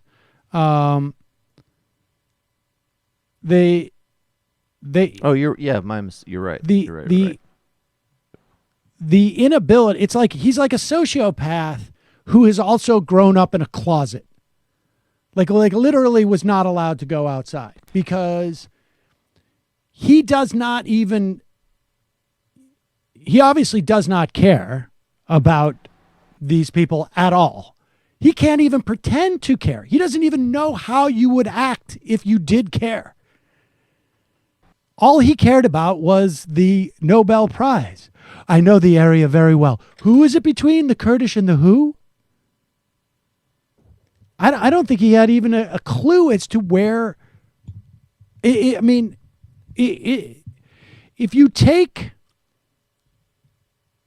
those three clips of this week, Mike Pence overseeing the cage full of human beings, Donald Trump prancing around on stage as his minions cheer "Send her back," and that last one, which is supposed to be the one that shows that he cares about people who are not white, right? That's why they brought those people in there. It's of course it's meant for his supporters to remind them that they're not really racist. That's the idea there. Right. And it's stunning. And the thing is that it will not make a difference. You could show that video clip, I think, to everyone in the country, and it would not make a difference in terms of where people are dispositionally about Donald Trump. Do you think in the future that those sort of sensitivity perceptions are completely blown out and can't be brought back in with like subtlety, or does it just not matter? I just don't think that people, it gets back to the call that reminded us to play that clip. This is a mobilization election. It's a mobilization society. That's basically it. And frankly, it's been like this for several decades, at least. I think in FUBAR, when we were writing about conservatives 10, 12 years ago, I mean, I would describe these people as the conservative movement as, being like they're in Masada. The story of Masada was it was like the Alamo for a group of Hebrews, and they were under siege for an extended period of time. They eventually, I think, they may have committed suicide, or they were because they had basically were cut off from food. But this idea that they're under siege, this mentality of conservatives, they're under siege from 15 years ago. It was from gays. They're under siege from women.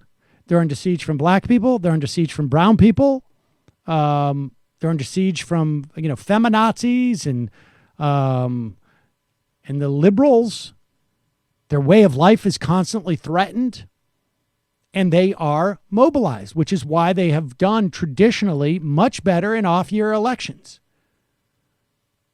And the left has to, this is a mobilization election. You can do both, mobilize and persuade, but there is got to be an emphasis, because the fact of the matter is we have a very polarized country. And like I say, I mean, I don't think, subtlety is going to make a material difference. Let's play something that's at least somewhat amusing. Alan Dershowitz, as you know, is trigger warning of the just basic human law. I would say trigger warning for everyone. Really, Literally I don't everyone. even know what sensitivities you need to have. As someone who's not into trigger warnings, I will say this is a universal trigger warning. So Alan Dershowitz, as you know, is in some respects implicated in the Jeffrey Epstein saga. They were friends. I think at one point Dershowitz may have represented him in some fashion. He represented him in the last case. Apparently, Dershowitz is very upset because he's been implicated, supposedly, allegedly, by a victim. And Dershowitz is going to make it all about the lawyer, David Boies. And here he is on Laura Ingram's show making the case. Why is he going after me? I have to tell you, I have a theory. I think he's projecting. David Boies has a terrible reputation for sexual activities, and I've issued a challenge to him. Look, I've had sex with one woman since the day I met Jeffrey Epstein. I challenged David Boies to say under oath that he's only had sex with one woman during that same period of time. He couldn't do it. So he has an enormous amount of chutzpah to attack me and to challenge my perfect sex life during the relevant period of time. He's doing it for money. He claims he's doing this. She always came first. I maintained the perfect amount of eye contact, and it was a perfect fusion of lustful abound and sensitivity. And I challenged David Boies to match that. People talk about Trump derangement system, but this is the way his language has seeped into all of our brains. Could you imagine Alan? Slave? Yeah, my perfect sexual record or whatever. Perfect sexual record. The idea that this is, sort of about, that it's like part of his sex life. Part of my sex life was just, to take these women who were trafficked, these girls who were trafficked. I don't know. It's a weird construction to sort of say that's part of my sex life. David Boies, I asked David Boies if he switched positions or one rote method without any attention to his partners. Mine was perfect. Do you see? That to me sounds like a veiled threat. I don't think there was any veiling about it. It was not a veil. That was very clear. Nuts. Perfect. I was a 10 of 10. And I have dreams at night that the Olympic judges give me the perfect scores. Let's go to the phones. Calling from a 510 area code. Who's this? Where are you calling from? Is this me? Am I on? Yes, you are. Who's this? Where are you calling from? Okay, this is James. I'm from Hudson, New York, or that's where I'm living now. Okay, Hudson, New York. I know it well. Oh, great. Yeah, so I was calling. Watch a lot of the show and sort of tuned into the tenor that the kind of the sort of itchiness of the Warren-Sanders difference is happening. And I'm kind of like, I want one of them to win the primary, basically. I'm like, I just need.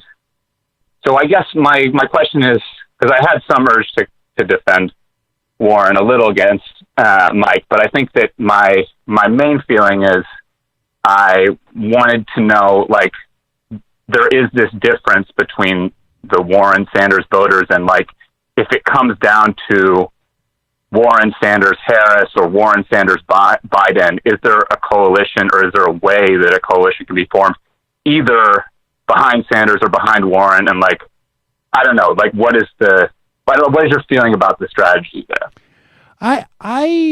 My guess is that in the event that it comes down to three people like that, we're going to see it play out in the convention.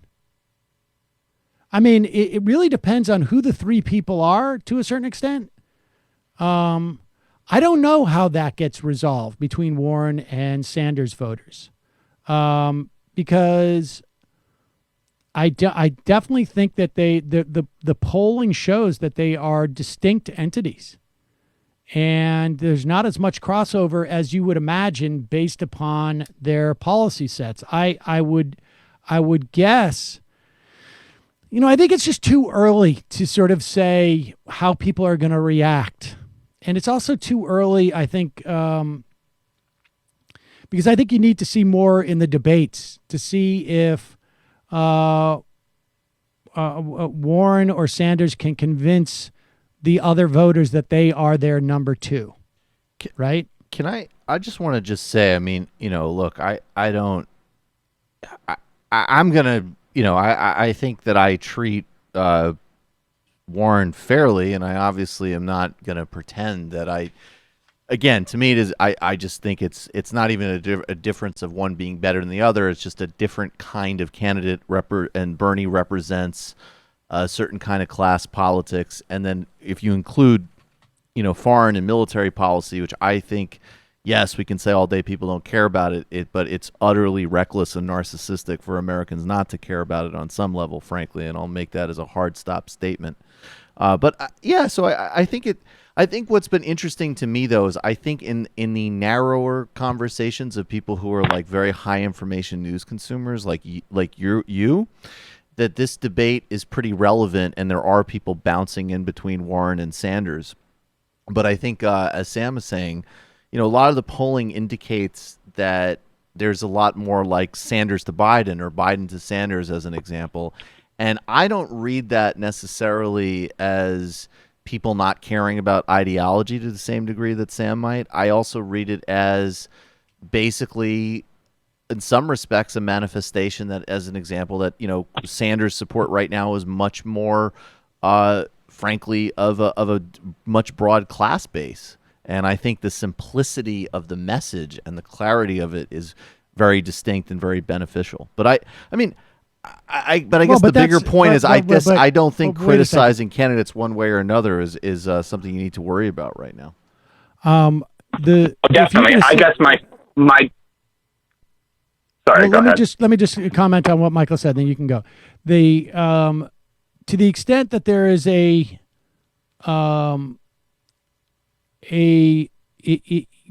may be making a class, but it's a cultural thing.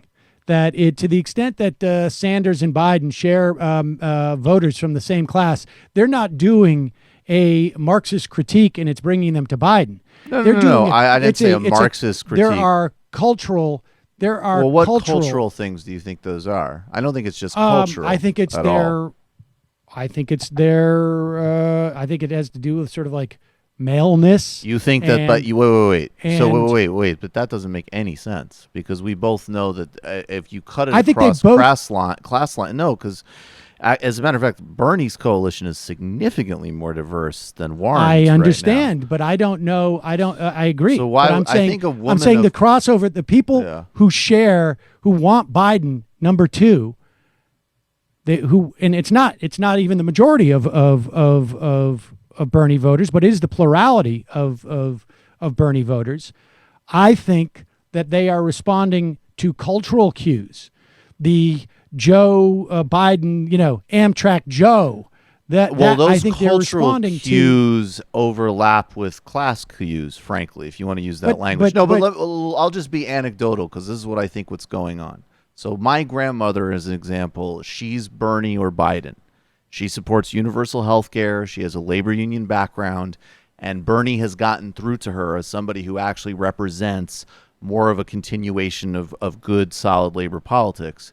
And then she just happens to like Biden and doesn't, by the way, perceive him to be as bad on those issues as I'm telling her. But it's not because she's like, oh, well, he's a dude. And she's not drawn to not Warren. He's a dude. It's because she's not drawn to he has all the cultural cues of someone who is labor friendly. Right. Okay, but then we're sort of saying a similar thing then, and I wouldn't necessarily frame that as just quote unquote cultural, right? Like, just because the cultural cues are cueing for cares about working people and has a labor agenda.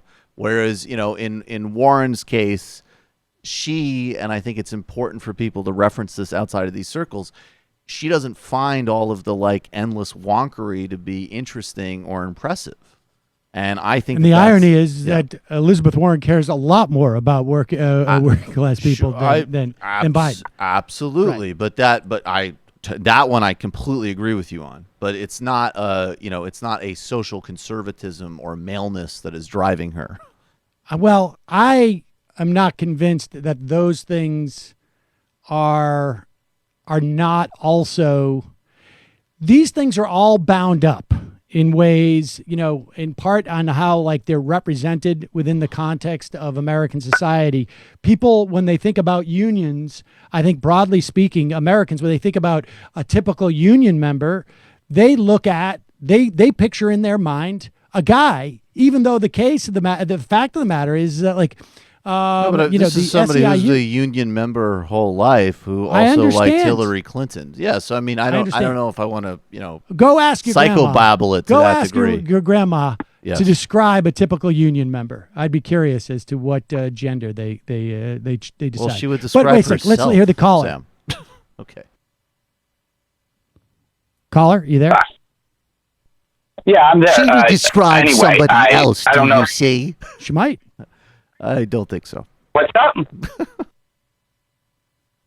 I still on? Go ahead, caller. Yes, go ahead. Oh, anyway, well, I think I'll take the rest of this stuff off there, but I think it's funny because my family is sort of the opposite, where, I was on vacation and I was convincing my aunt and my mom and telling them all about the Hyde Amendment and kind of Biden's campaigning for these sort of very, basically kind of anti-abortion, right. or, pro-choice, pro-life, Democrats and all this. And I could sort of move the needle to Warren, but I could never, when I said blah, blah, blah, blah, Sanders, they kind of would bring up, shit he said about Nicaragua in the 80s or something, that stench still hung around, and so it's a question to me partially. I wouldn't call that a stench. Well, let go ahead. Well, let the caller just finish the point. Oh, anyway, I just feel like the way Michael says about there's people that just they don't like Sanders and they're not really convincible. I mean, certainly like my family with this kind of Ivy League background, they're exactly the demographic of like Warren convincibles, where they will move left from Harris or Biden to Warren, but I can't, for exactly these cultural reasons, I don't know if I can get them to move to Sanders. And I just wonder, what is the, I guess I'm just asking, like, what is the math of like how many, there's like people that are sort of Sanders convincibles that are, and then there's people that are Warren convincibles. And of course, then there's the candidate that you actually approve of. And I don't know. I've been wondering all of that. It's anyway. I think, okay, I appreciate the call. I'll answer it off air. I mean, the polling shows that there is a greater number of people like your family who will discount Bernie than Warren. Warren, at least a month or two ago, had a slightly higher ceiling and but also a lower floor than Bernie. it remains to be seen, because the other thing that may be driving like sort of Bernie and Biden supporters to be shared is that people may perceive that Bernie has a better chance of winning. And certainly I imagine that is why, Bernie's support amongst African Americans is like 3 times that of Warren. And I imagine that comes into play, but I also imagine the idea of like, of just the movement building that Bernie is doing, and the involvement that Bernie had in civil rights movement that Warren did not have. I mean, and so I think you're going to be able to find people who can move from Biden to Bernie and people who can move from Biden to Warren. And I think the campaign is going to sort out, to a certain extent, 3/4 of the people who will move to one candidate or another when that time comes. Because it's very conceivable. I think, if I had to predict right now, I would say that there's going to be 3 or 4 people who are going to be in this race well into the spring. And I would imagine that Warren may be one of them. Bernie's certainly going to be one of them. And but I think I would also just really encourage people that if you dig into these polls and again talk to like normal people, that I will use my grandmother in this instance, that the strengths that he had, that exactly the dynamic we're articulating outside of very narrow but highly overrepresented confines in academia and media are his strengths. And they're going to be big strengths for normal people that you have to appeal to actually win things. What do you mean by what specifically? Like a simple, clear message. Like, we're going to just do this without means testing it. A lot of the kind of elevation of technocracy and wonkery doesn't necessarily translate as well to a broader set of people. And I also think that the history of movement politics is a significant distinction as well. Yeah, I agree. I mean, I think the movement thing is a big deal, but I think to a certain extent, the details of the plans, I don't think is what moves people to Warren. I think it's this perception that she says, I have a plan. Right, but I'm saying we're in the phase now where there's a lot of people engaging who fancy themselves sort of like in the process in a certain way. I'm just saying, when you talk to normal people and you say one plan, okay, most candidates' plans do nothing about student loans, right? One candidate's plans just eliminates them. No bullshit, no complications, no form, no nonsense. Let's just do it. And the other one, it's like, well, sort of, yes, but then you have to fill out a bunch of paperwork. That outside of a pretty narrow set of people, their eyes glaze over and they're less excited about that general type of approach. Well, all right. I mean, I think I happen to agree that we should get rid of everyone's student debt, but saying we're going to get rid of everyone's student debt who makes under $100,000 a year is a fairly straightforward pitch. I happen to think that we should get rid of student debt, but I don't think it's. I think we have a lot of evidence about what is if more you go out there and durable say and yes, easier to communicate. We'll Okay. see. I hope you're right about that.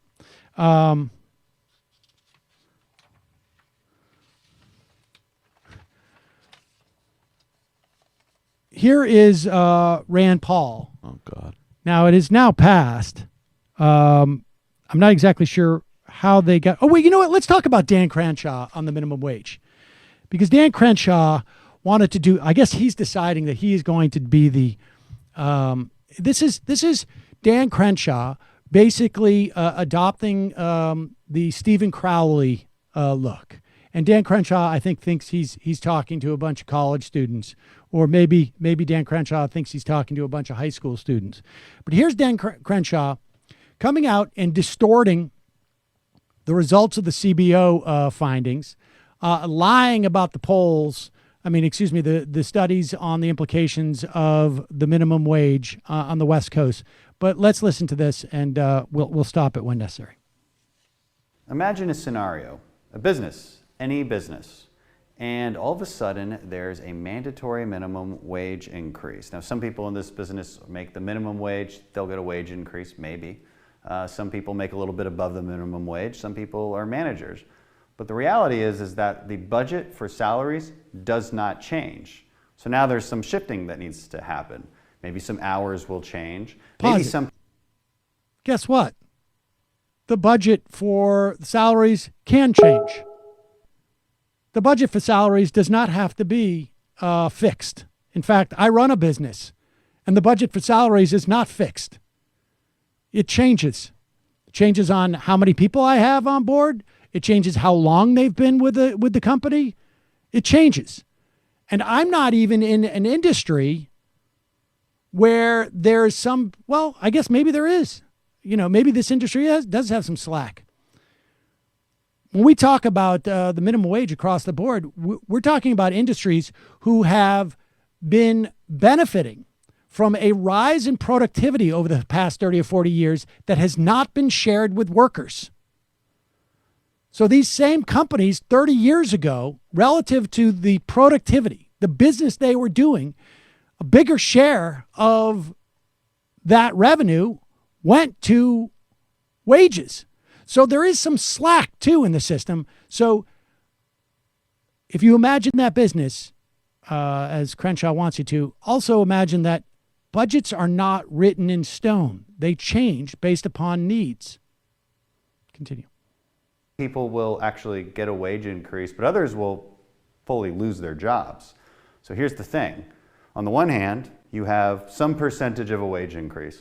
On the other, you have a 100% decrease in wages, because that's what happens when you lose your job. This is the essence of the minimum wage debate, okay? And we're about to vote on this week in the U.S. House of Representatives. There's two big problems with the minimum wage increase to $15. One is the economics of it. I just gave you a little bit of a preview there. The second part is the fact that it is a one-size-fits-all policy from the federal level. That's problematic too. But let's talk about the economics for a second. Some cities have already tried this. Seattle, LA, San Francisco. And what we've seen is employment has actually decreased in those cities. Many studies back this up. Pause it. Yeah, that's not true. Well, I'm sure there's some studies. But the most recent studies say that there has not been significant job loss in any of these cities that he's talking about. People can go and Google it. We could talk about this paper, The Impact of a City-Level Minimum Wage Policy on Supermarket Food Prices by Food Quality Metrics, a 2-year follow-up study. We have a study in the Quarterly Journal of Economics by economists at the University of Massachusetts, University of College London, and the Economic Policy Institute.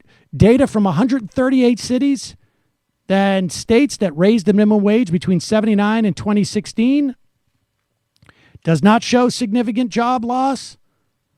A new white paper from Anna Goody and Michael Rich at Berkeley provides more evidence. Well, that's actually about the CBO, which is coming up. There's plenty of studies that show, to the contrary, Seattle, San Francisco, minimal job loss, significant raise in the wages of low-end wage workers. But continue. Just did a study on what would happen if we had a $15 minimum wage, and here's what they found. 3.7 million jobs potentially lost. That's right, 3.7 million. Real income would actually decrease by $39 billion. What does that mean and why? Well, it's because of purchasing power. Purchasing power would go down. Pause it. So the CBO's report said we don't really know what the job loss could be. It could be 0 or it could be 3.7 million. And so they ended up deciding on 1.3 million because they don't know. We just simply do not know the answer to this. All we have is the data that suggests what has happened.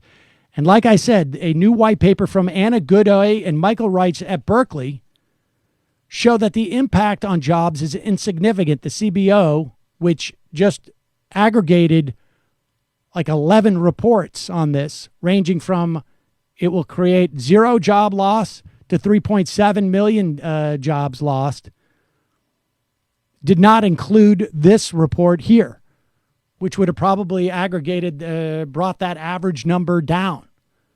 So nobody really knows for sure.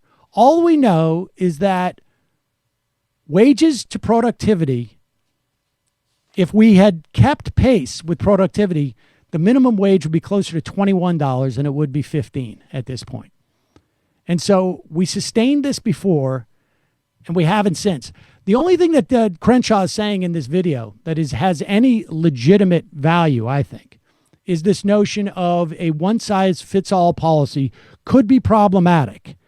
If you take the minimum wage up to a point where most cities and states could not sustain it, where there wasn't enough slack in the system, it's conceivable there are a couple of low-wage states. I'm thinking states in the South where you don't have much union density at all, or right-to-work states, where wages are so low that people have built businesses so reliant on exploiting workers that you could conceivably see some job loss even at $15 an hour. But we won't know until we figure it out. And if that's the case, we could amend it. And couldn't we also subsidize? Like, to me, it seems like you could clearly create some type of subsidy system for, like, oh, I own a bodega, let's have a subsidy for that. And then, you know, in these other places, even the companies you're talking about that have built these models out of low union states are companies like Walmart that certainly could absorb that. Absolutely. And should be compelled to.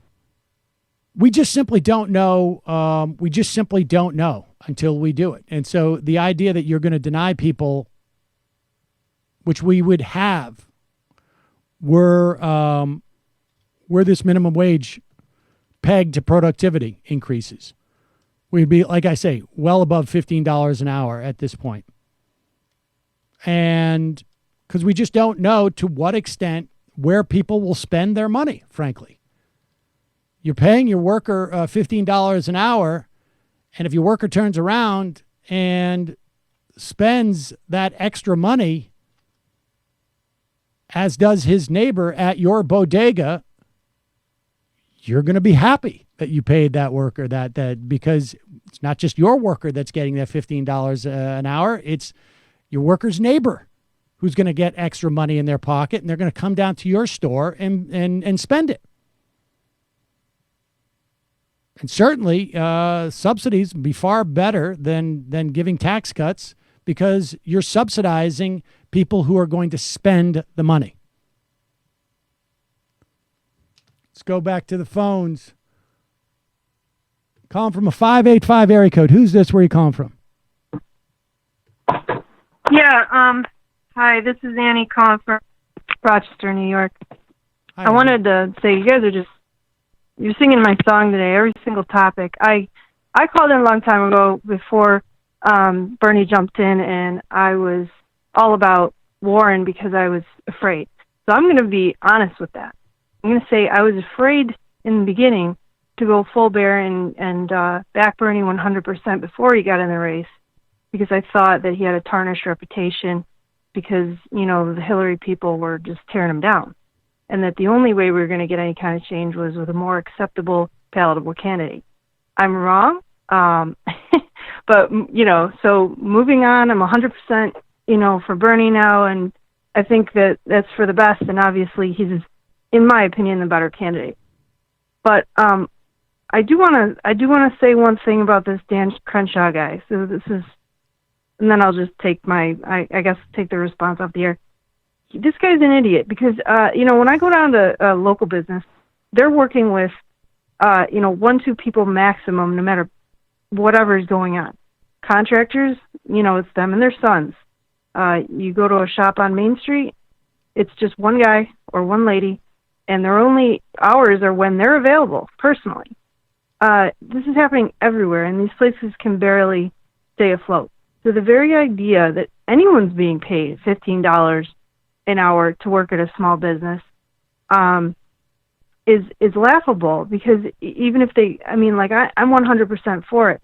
So his problem is he doesn't realize they're already everywhere working with skeleton crew. They're doing it at McDonald's. They were bitching because they say, oh, they'll automate. They're already going to automate because they want to do the least amount of overhead possible. The labor costs the most. So it's completely ridiculous for this Crenshaw guy. First of all, he needs to just step back, because the only reason anyone knows who the hell he is because he got made fun of by that guy on SNL. I'll be honest with you. And That's absolutely true. You know what I mean? Nobody knows who this dude is. And it is, I'm going to make a little terrible joke, but it is myopic of him to only have, one opinion on this subject. Oh, jeez. And I think that... We're going to have him on and apologize. Probably. Oh, you know what? I bet I can't remember his name. He's a funny, skinny guy.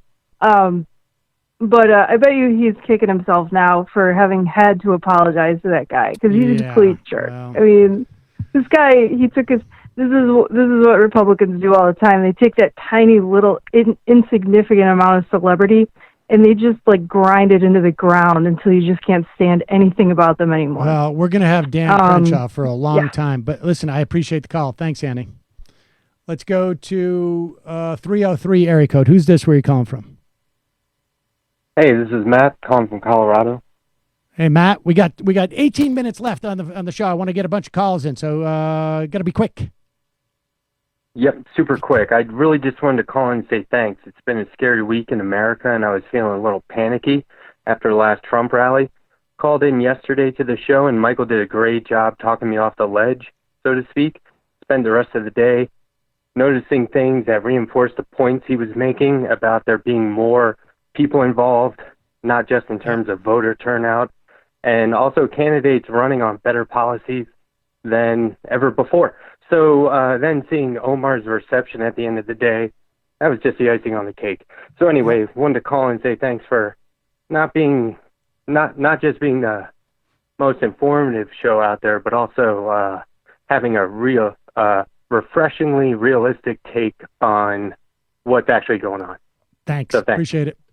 All right, I'm going to race through these. Calling from an 847 area code. Who's this? Where are you calling from? I think we have 65 people on hold at one point. It's Josh from Chicago. Josh from Chicago. What's up, buddy? You got to be quick. I want to make a point, and I've gotten in some trouble with the libs, not in your crowd, about what's going on with the squad. First of all, solidarity to everyone in the squad. I just ordered my T-shirt. It's in blue. It's pretty awesome. But I think Pelosi has helped enable Trump when she goes and attacks the squad. And I think in some ways, actually, she's as toxic, if not more, than Chuck Schumer, who at least in the Senate doesn't openly attack members of his own caucus. And I think she does bear some responsibility. Obviously, she doesn't enable Trump to act like a racist. Well, but look, when she goes and calls Josh, people out, Josh, we said this shows where earlier in the show. She on. started out when she basically opened the floodgates on Ilhan Omar 3 or 4 months ago, whenever it was. She had to back off it. But, yeah, I agree. You cannot capitulate to them. You cannot do it. You cannot.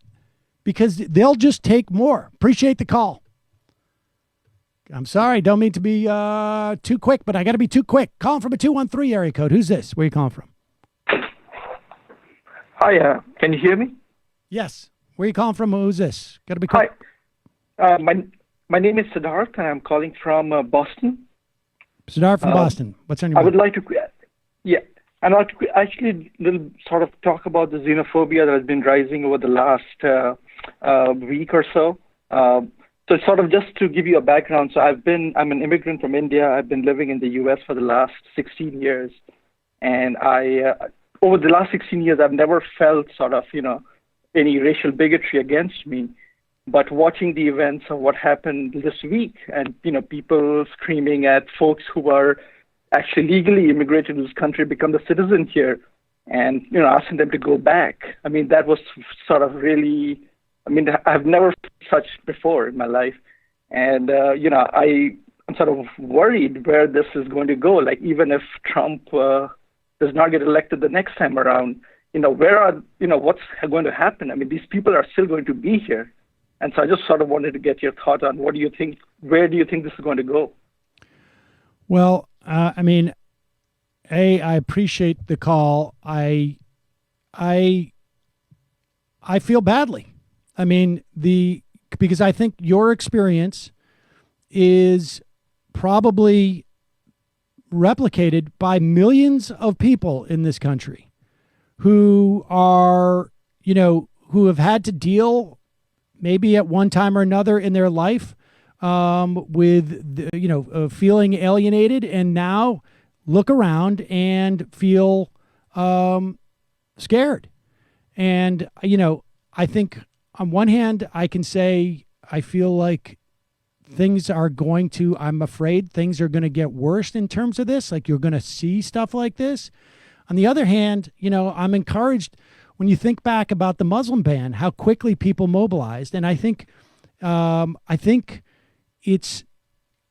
are enough people in this country who are willing to step up and, put their bodies on the line, and literally and metaphorically to protect their neighbors, and so and to defend them. But I think it's going to get uglier. I really do, and I think it's going to be. I think the political party that represents this sentiment needs to be defeated, like roundly defeated, and kept defeated. I appreciate the call. Hang in there. Calling from a 914 area code. Who's this? Where are you calling from? Hi, this is Natalia, and I'm calling from New Rochelle, New York. Hi, Natalia. What's on your mind? I'm just calling because I wanted to talk a little bit about what's going on in Puerto Rico.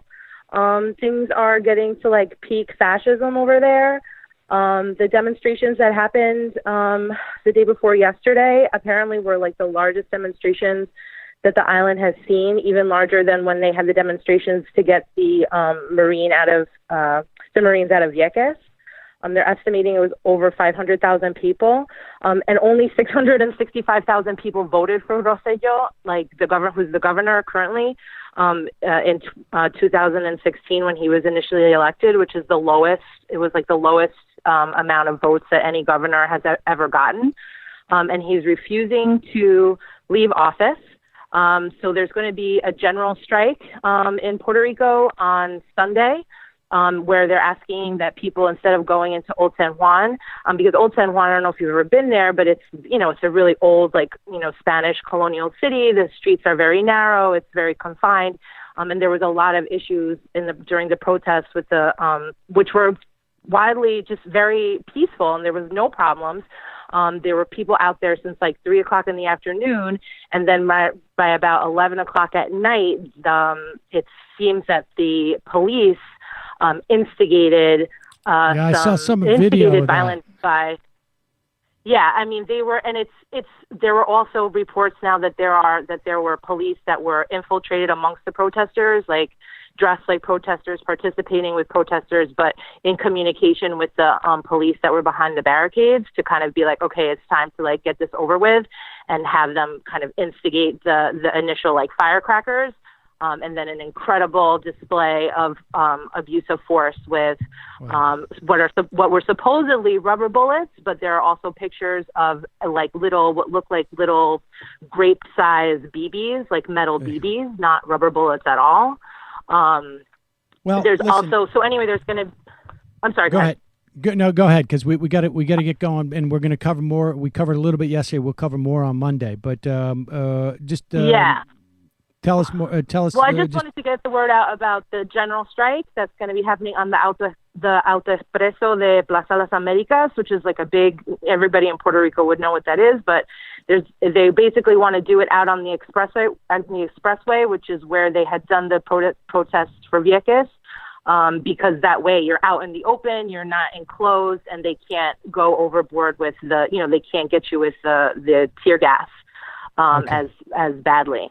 But the guy is like, he's not leaving and he needs to go. So I just really hope that you guys can amplify this issue a lot. And if anybody's interested in following more about it, there's tons of people from Puerto Rico that are posting a lot on Instagram, lots of videos, lots of pictures. So if you look, through the hashtags for Ricky Renuncia and Ricky Game Over, you'll find a lot of stuff coming directly from the people in Puerto Rico. Great. Thank you so much. Appreciate it.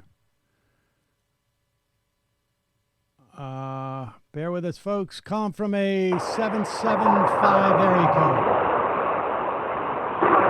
Yeah, hello? Hello? Gotta be quick. Yeah, this is Cameron from El Paso. I was just wondering, what does the Democratic Party have? Does the Democratic Party have a black agenda? Because, I'm a millennial. Like, Donald Trump doesn't scare me, Like, black people have been going through this for much longer than y'all. So what's the plan to get us to vote? Well, I think it sort of depends on the candidate, frankly. I think there's a lot of what candidate? Like Kamala Harris that used to throw us in jail? I'm originally from California. I'm stationed out here in the Army. So, yeah. You know what I'm saying? Like, yeah, no, I understand. You know what I mean? Like, we lived through the crack epidemic with Joe Biden, his crime bill, then Kamala Harris throwing us in jail. Yeah. And then Bernie Sanders, he seems cool, but when you ask him about reparations, he has a little attitude about it. So what are you guys trying to do to inspire us? Well, what am I trying to do to inspire you? Or what are the candidates trying to do to inspire you? What's the Democratic Party trying to do to inspire us? What reason should we vote? Because Donald Trump is scary? Because Donald Trump is saying a bunch of racist stuff? Are you going to let me finish, or are you just going to keep talking?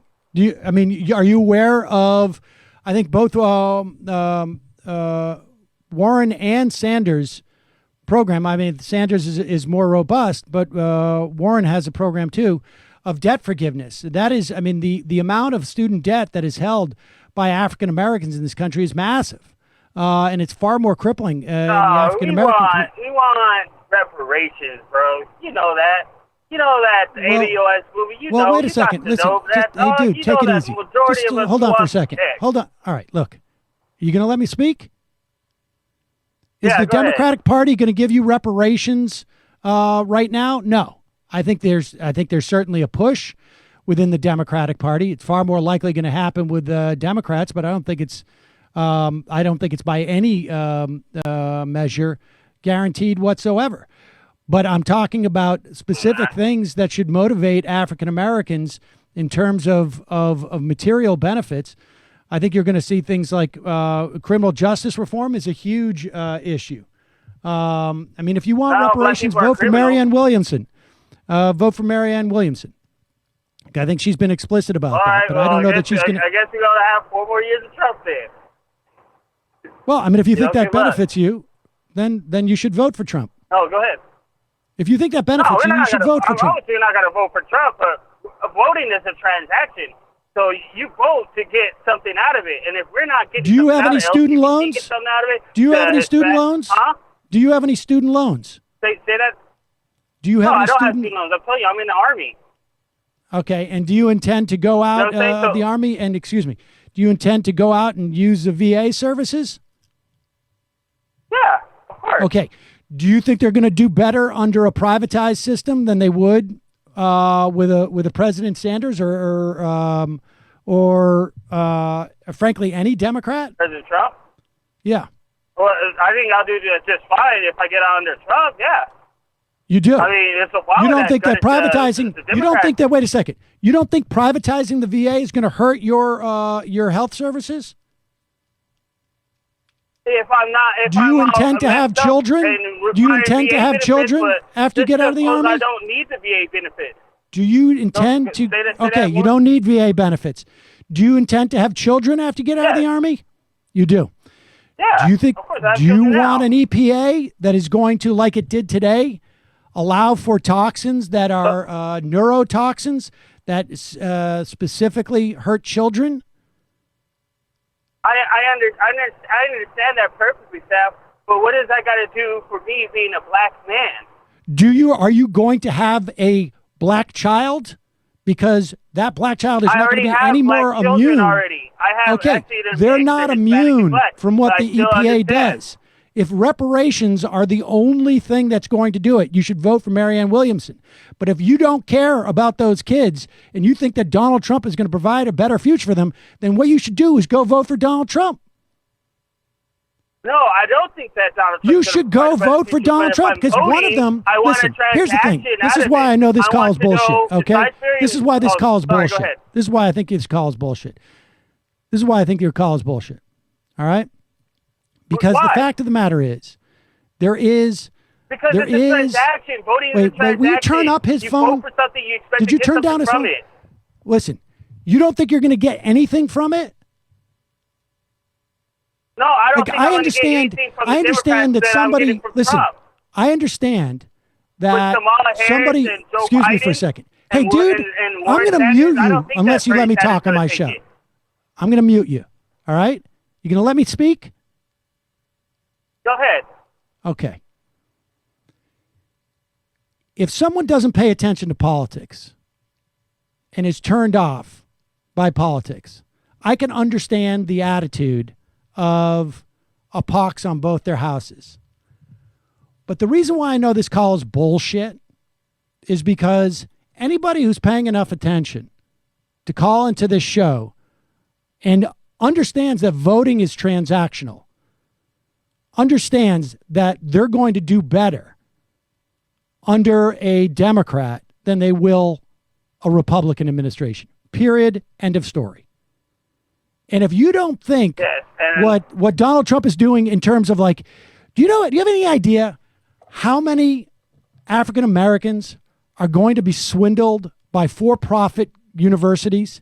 Do you know what like the percentage of those people are who are going to be saddled with this debt by going to schools that are not going to provide them with the service that they thought they were getting? Do you know what the percentage of like? Sir, Of I kind of have a deal. But is it as many as that were locked up under the Bill Clinton administration? Is that number going to match? You know what you should do? I'm You not should not. saying. I'm just asking. Cory Booker. Cory Booker is leading. Cory Booker is leading the criminal justice reform measures. All right. I agree with your critique of Bill Clinton. I was critiquing Bill Clinton way before you were probably old enough to even know who Bill Clinton was. Okay? Roger, you're probably right. I'm old. So you don't need to tell me that Bill Clinton was bad. I get it. I get it. I get it. I get it. But the fact of the matter is, if you understand that voting is a transactional exercise, that the idea that even just like the odds of, even if there was no guarantees, the odds of having material benefit from the Democrats, even Joe Biden, if only because when Bernie Sanders and Elizabeth Warren are in and Kamala Harris are in the Senate, they're going to push Joe Biden on something that is going to provide a material benefit to you. Will it be exclusively? Are you sure they won't? Like, what happens if he comes out with a crime bill? But with some women's stuff in it, is Bernie Sanders not going to vote for it? I'm just saying, man. I'm asking a general question. There's a huge group of us. It's a lot of black folks, young black folks, that want to know what's in it for us. Yes, you want us to vote. Yes, we understand what's going on. But is it more better to withhold our vote so we can get better things? So you guys. I don't know. Do you think that there's been an improvement? Party? Do you think there's been an improvement? I mean, I heard this from not just. I mean, I heard this from white people on the left that withholding our vote is going to help in regards to, and I don't think that's the case. I don't think just even from the Supreme Court. I mean, do you like the Voting Rights Act? I know. stripping it away even under Obama. It's crazy. No. You know, Blue Lives It was stripped Matter, away. Blue Lives Matter It was, bill was under it was- Obama. It's yeah, crazy. listen, the Voting Rights Act was a function of Republicans having the ability to put judges on the court. Now, if Clarence Thomas does not retire and Ginsburg and Breyer can hang on, there's going to be a fifth. There's going to be a fifth vote, and that fifth vote could restore. Listen.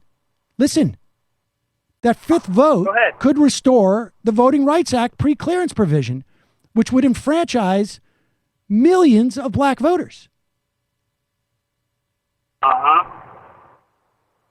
And then what is, like, you know what I'm saying? Like, and then what is it in it for us though? What politicians talking about? This is what I have besides Pete Buttigieg with his better judgment plan. What politicians like? This is what I have. This is the Democratic Party's layout for the black community. Period. Not minorities, not LGBT, not anybody else, just black. Okay, so the vote is worthless to you. Cracking down on scams that target African Americans is worthless to you. Criminal justice reform, worthless. They Wait. That? There's something that's saying that? Dude, do you have any idea of how many African Americans are going to be caught up and stuck with debt because of for-profit colleges? Go look at a brochure for for-profit universities. 90% of the people that you will see in that brochure are African American, because the number one student profile for these for-profit universities are African American women who get sucked into these things because they feel they need a degree to compete in the workforce. They go, they work, they find they run up against a wall, they go and they apply to these for-profit universities, they get government loans, and they graduate, and their degree is worthless, and they cannot discharge these loans. So just loan forgiveness in and of itself is going to disproportionately impact African Americans just off the top of the bat. I mean, to the tune of hundreds of millions of dollars, of billions of dollars. I mean, so like, if you don't think that's real, if you don't think that's real, if you don't think Bernie Sanders' plan to give money and Warren's plan to give money to historically black universities is real, then I don't know what to tell you. It's money. It's money going directly to black community. I just told you. He had a snobby attitude. Well, you don't. Wait, listen. I don't care what you think about his attitude about reparations, but when you target money to historically black universities, you can call it whatever you want. Doesn't matter. But not all black people go to historic black universities. I understand, but I understand that. I understand.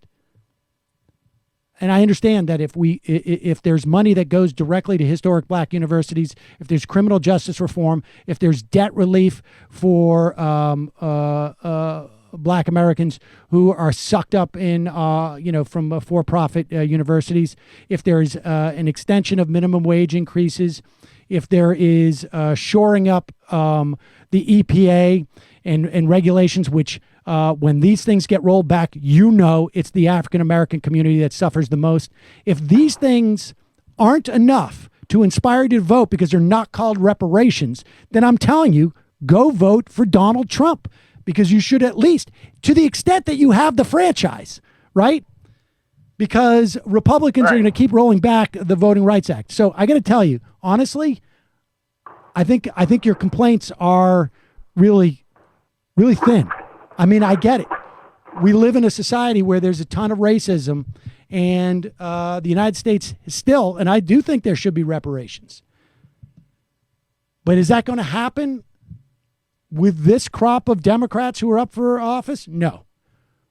Will not voting further that agenda? Absolutely not. Absolutely not. It's simply not the way that voting works. Go vote for Donald Trump.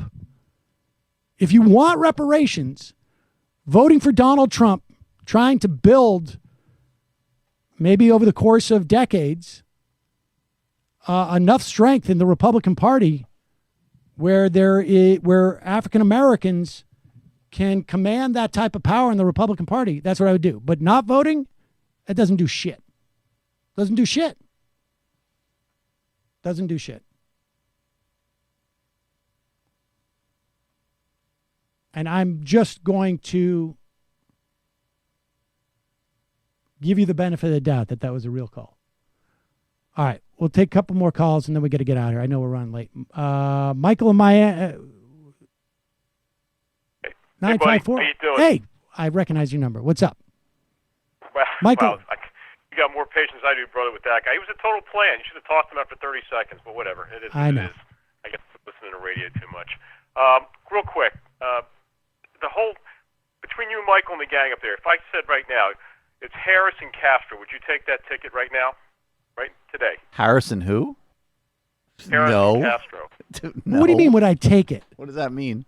I'm saying if it plays itself out, that the primaries come down to those candidates, and that's the option. I'm just curious. I'm just curious. Would I vote for them? Harris and Castro. I know it's not my first choice either. I'm just curious. That seems to be some of the trend lines. That's all I'm saying. But wait a second. If they're the candidates, would I vote for them against Donald Trump? Yes. Well, of course I know that. Yeah, of course. I'm Right. just curious. Michael says absolutely no, and your thought is that what? Well, I don't know what you mean. You mean if that was the ticket against Donald Trump? Supporting a ticket of that sort. Well, I'll tell. Ideologically, No. I will support anybody running against Donald Trump. I will vote for Marianne Williamson over Yeah, Donald I mean, Trump. I will. I'm going to just say this. I think it's very likely in this time because I'll be, in New York. There's a lot of candidates and a lot of scenarios where I can imagine leaving it blank or doing a protest vote or whatever, but I will have the same position I've always had, which is that if you're in a swing state, you should vote to prevent the reelection of Donald Trump. Okay. I'm just curious. I think that's going to be something that a lot of people are going to coalesce around. It's just a hunch, guys. I'm not saying it's going to happen. It's not even my first choice. I'm supporting Warren, but I'm just telling you, I think it's something that might be looked at. To that end, Michael just brought up an interesting point. This election, and I think the one since I was in Florida last time, unfortunately, and the polls mean nothing. You can ignore all the national polls except for unless you want to just obviously get a quick snapshot. The only polls you have to pay attention to are 4 or 5 states. Yep. 4 or 5 state polls. And ignore the rest of the crap. Kornacki and those guys, I can't stand listening to those idiots because all they do is do breathless racehorse nonsense, which is as depth as of a puddle. I hate it. All you need to do is look at 3 or 4 states and focus on that. And everything else is blather. And to be honest with you, fellas, even though I agree with a lot of your perspective and I love your deep dives, 15% of the electorate's paying attention right now. Nobody knows the shit. Nobody knows anything right now, except that Trump's an idiot. And Right. so I think a lot of stuff. But we're right not now talking is, to. We're only talking to that 15%. I understand, and I appreciate it. And I'm one of them, obviously. So I'm just, but Right. I just want everyone to caution themselves that Biden does this and this debate produces that result, and this one goes. No, it's worthless. It means nothing until votes start actually being made, probably after the first of the year. So I just. Well, wait a second. But here's the thing, Michael. Here's the only difference is that for better or for worse, the way our system works is that the narratives that end up carrying through to the general election get formed in this time, and they impact. Well, you're defined by your opposition, which is exactly what they're doing with the socialist nonsense. Exactly. Do you realize Exactly. America love it or leave it crap goes back to 1968? That crap's been around for 50 years, guys. Probably longer. It's the same crap. Of Nothing's course. changed. It's just that a lot of people don't remember the electoral history from way back then, or they never studied it. This is nothing new. Defining your opponent ahead of time. They did it to Mondale. They did it to Dukakis. They tried to do it to Clinton. That's what. That's the point. That's the point. That's the point, Michael. Is that these narratives? Last thing, and I know you got to go. You thinking about taking the show on the road to Michigan and Wisconsin at the end of the year, or maybe early part of next year? Well, that's a good idea. I think you should. I think it'd be great. Hell, I'd underwrite it. I'd try to. I think it'd be an incredible, eye-opening Ooh, you experience. must be doing very well these I days. live in South Florida. You guys live in New York. I just think the experience and the perspective of the voters who are going to decide this election would be something that really would bring some, value to the show and to you guys. I'm just. I will say this, Michael. I will say this: is that it And this is indicative of why I think, what I mean when I say it's a mobilization election. The idea of doing that for some candidates, and I think it's probably wider than most people who listen to the show think, is easier to stomach than others for me, right? Like the idea, like just say hypothetically of bringing the show on the road to Wisconsin or Michigan to promote John Delaney is almost inconceivable. Talk about trade. To talk about the issues you guys do deep dives on with those great scholars every week. Go talk to those people and find out why they went. White male voters or white female voters went for Trump because they believed, at least in theory, that Donald Trump provided some kind of action that from the trade standpoint. Yeah, but the bottom line is, as much as I think that caller who just called was full of it, because frankly, if you're talking about voting as a transaction, holding on to the line for almost 2 hours to talk to me is more of an effort than he would probably have to make to actually go vote. I suspect he was sort of full of shit. But the bottom line is, it's not just a question of those white voters who decided to vote for Donald Trump. It's a question of bringing out voters who sat out that last election. Absolutely. I appreciate the call. Your monologue 2 days ago, brother, was right on the money. This is about go to the place in the pond where the fish are. Don't worry about this other crap. Just go get. That's how we won in 18. They went and got people who normally don't vote. They were so mobilized that they got them to the polls because of a lightning process. In this case, it was Trump. I will say this though, Michael, I got to go. 3:10. I know. Real quick. If they don't do something in terms of holding Trump accountable, I think a lot of people are motivated to come out in 18 may not show up in 20. And I think Trump's you're right. taking the character issue off the table. There's no more character issue. That's great, but we'll see. Appreciate Thanks, the call. fellas. All right, folks, I'm sorry. We don't have time for more calls. We have something like 45 callers on the phone. I mean, at least 20 of you have been on the phone for over an hour. I just cannot get to you. I'm sorry. On the IM's Screwderix and from Portland, we did get the beer. I didn't realize it was from you. I thought it was from the folks in the building for the last debate. I drank quite a bit of that resin. Thank you. All right, folks. I'm sorry we couldn't get to more calls. We'll try and take some. We'll try and do another one, maybe a day where we just do. Maybe we got to do a day that's just exclusively calls, just members only. That's a good idea. All right. We'll see you next week. It might take all the strength I got to get to where I want, but I know somehow I'm gonna get there.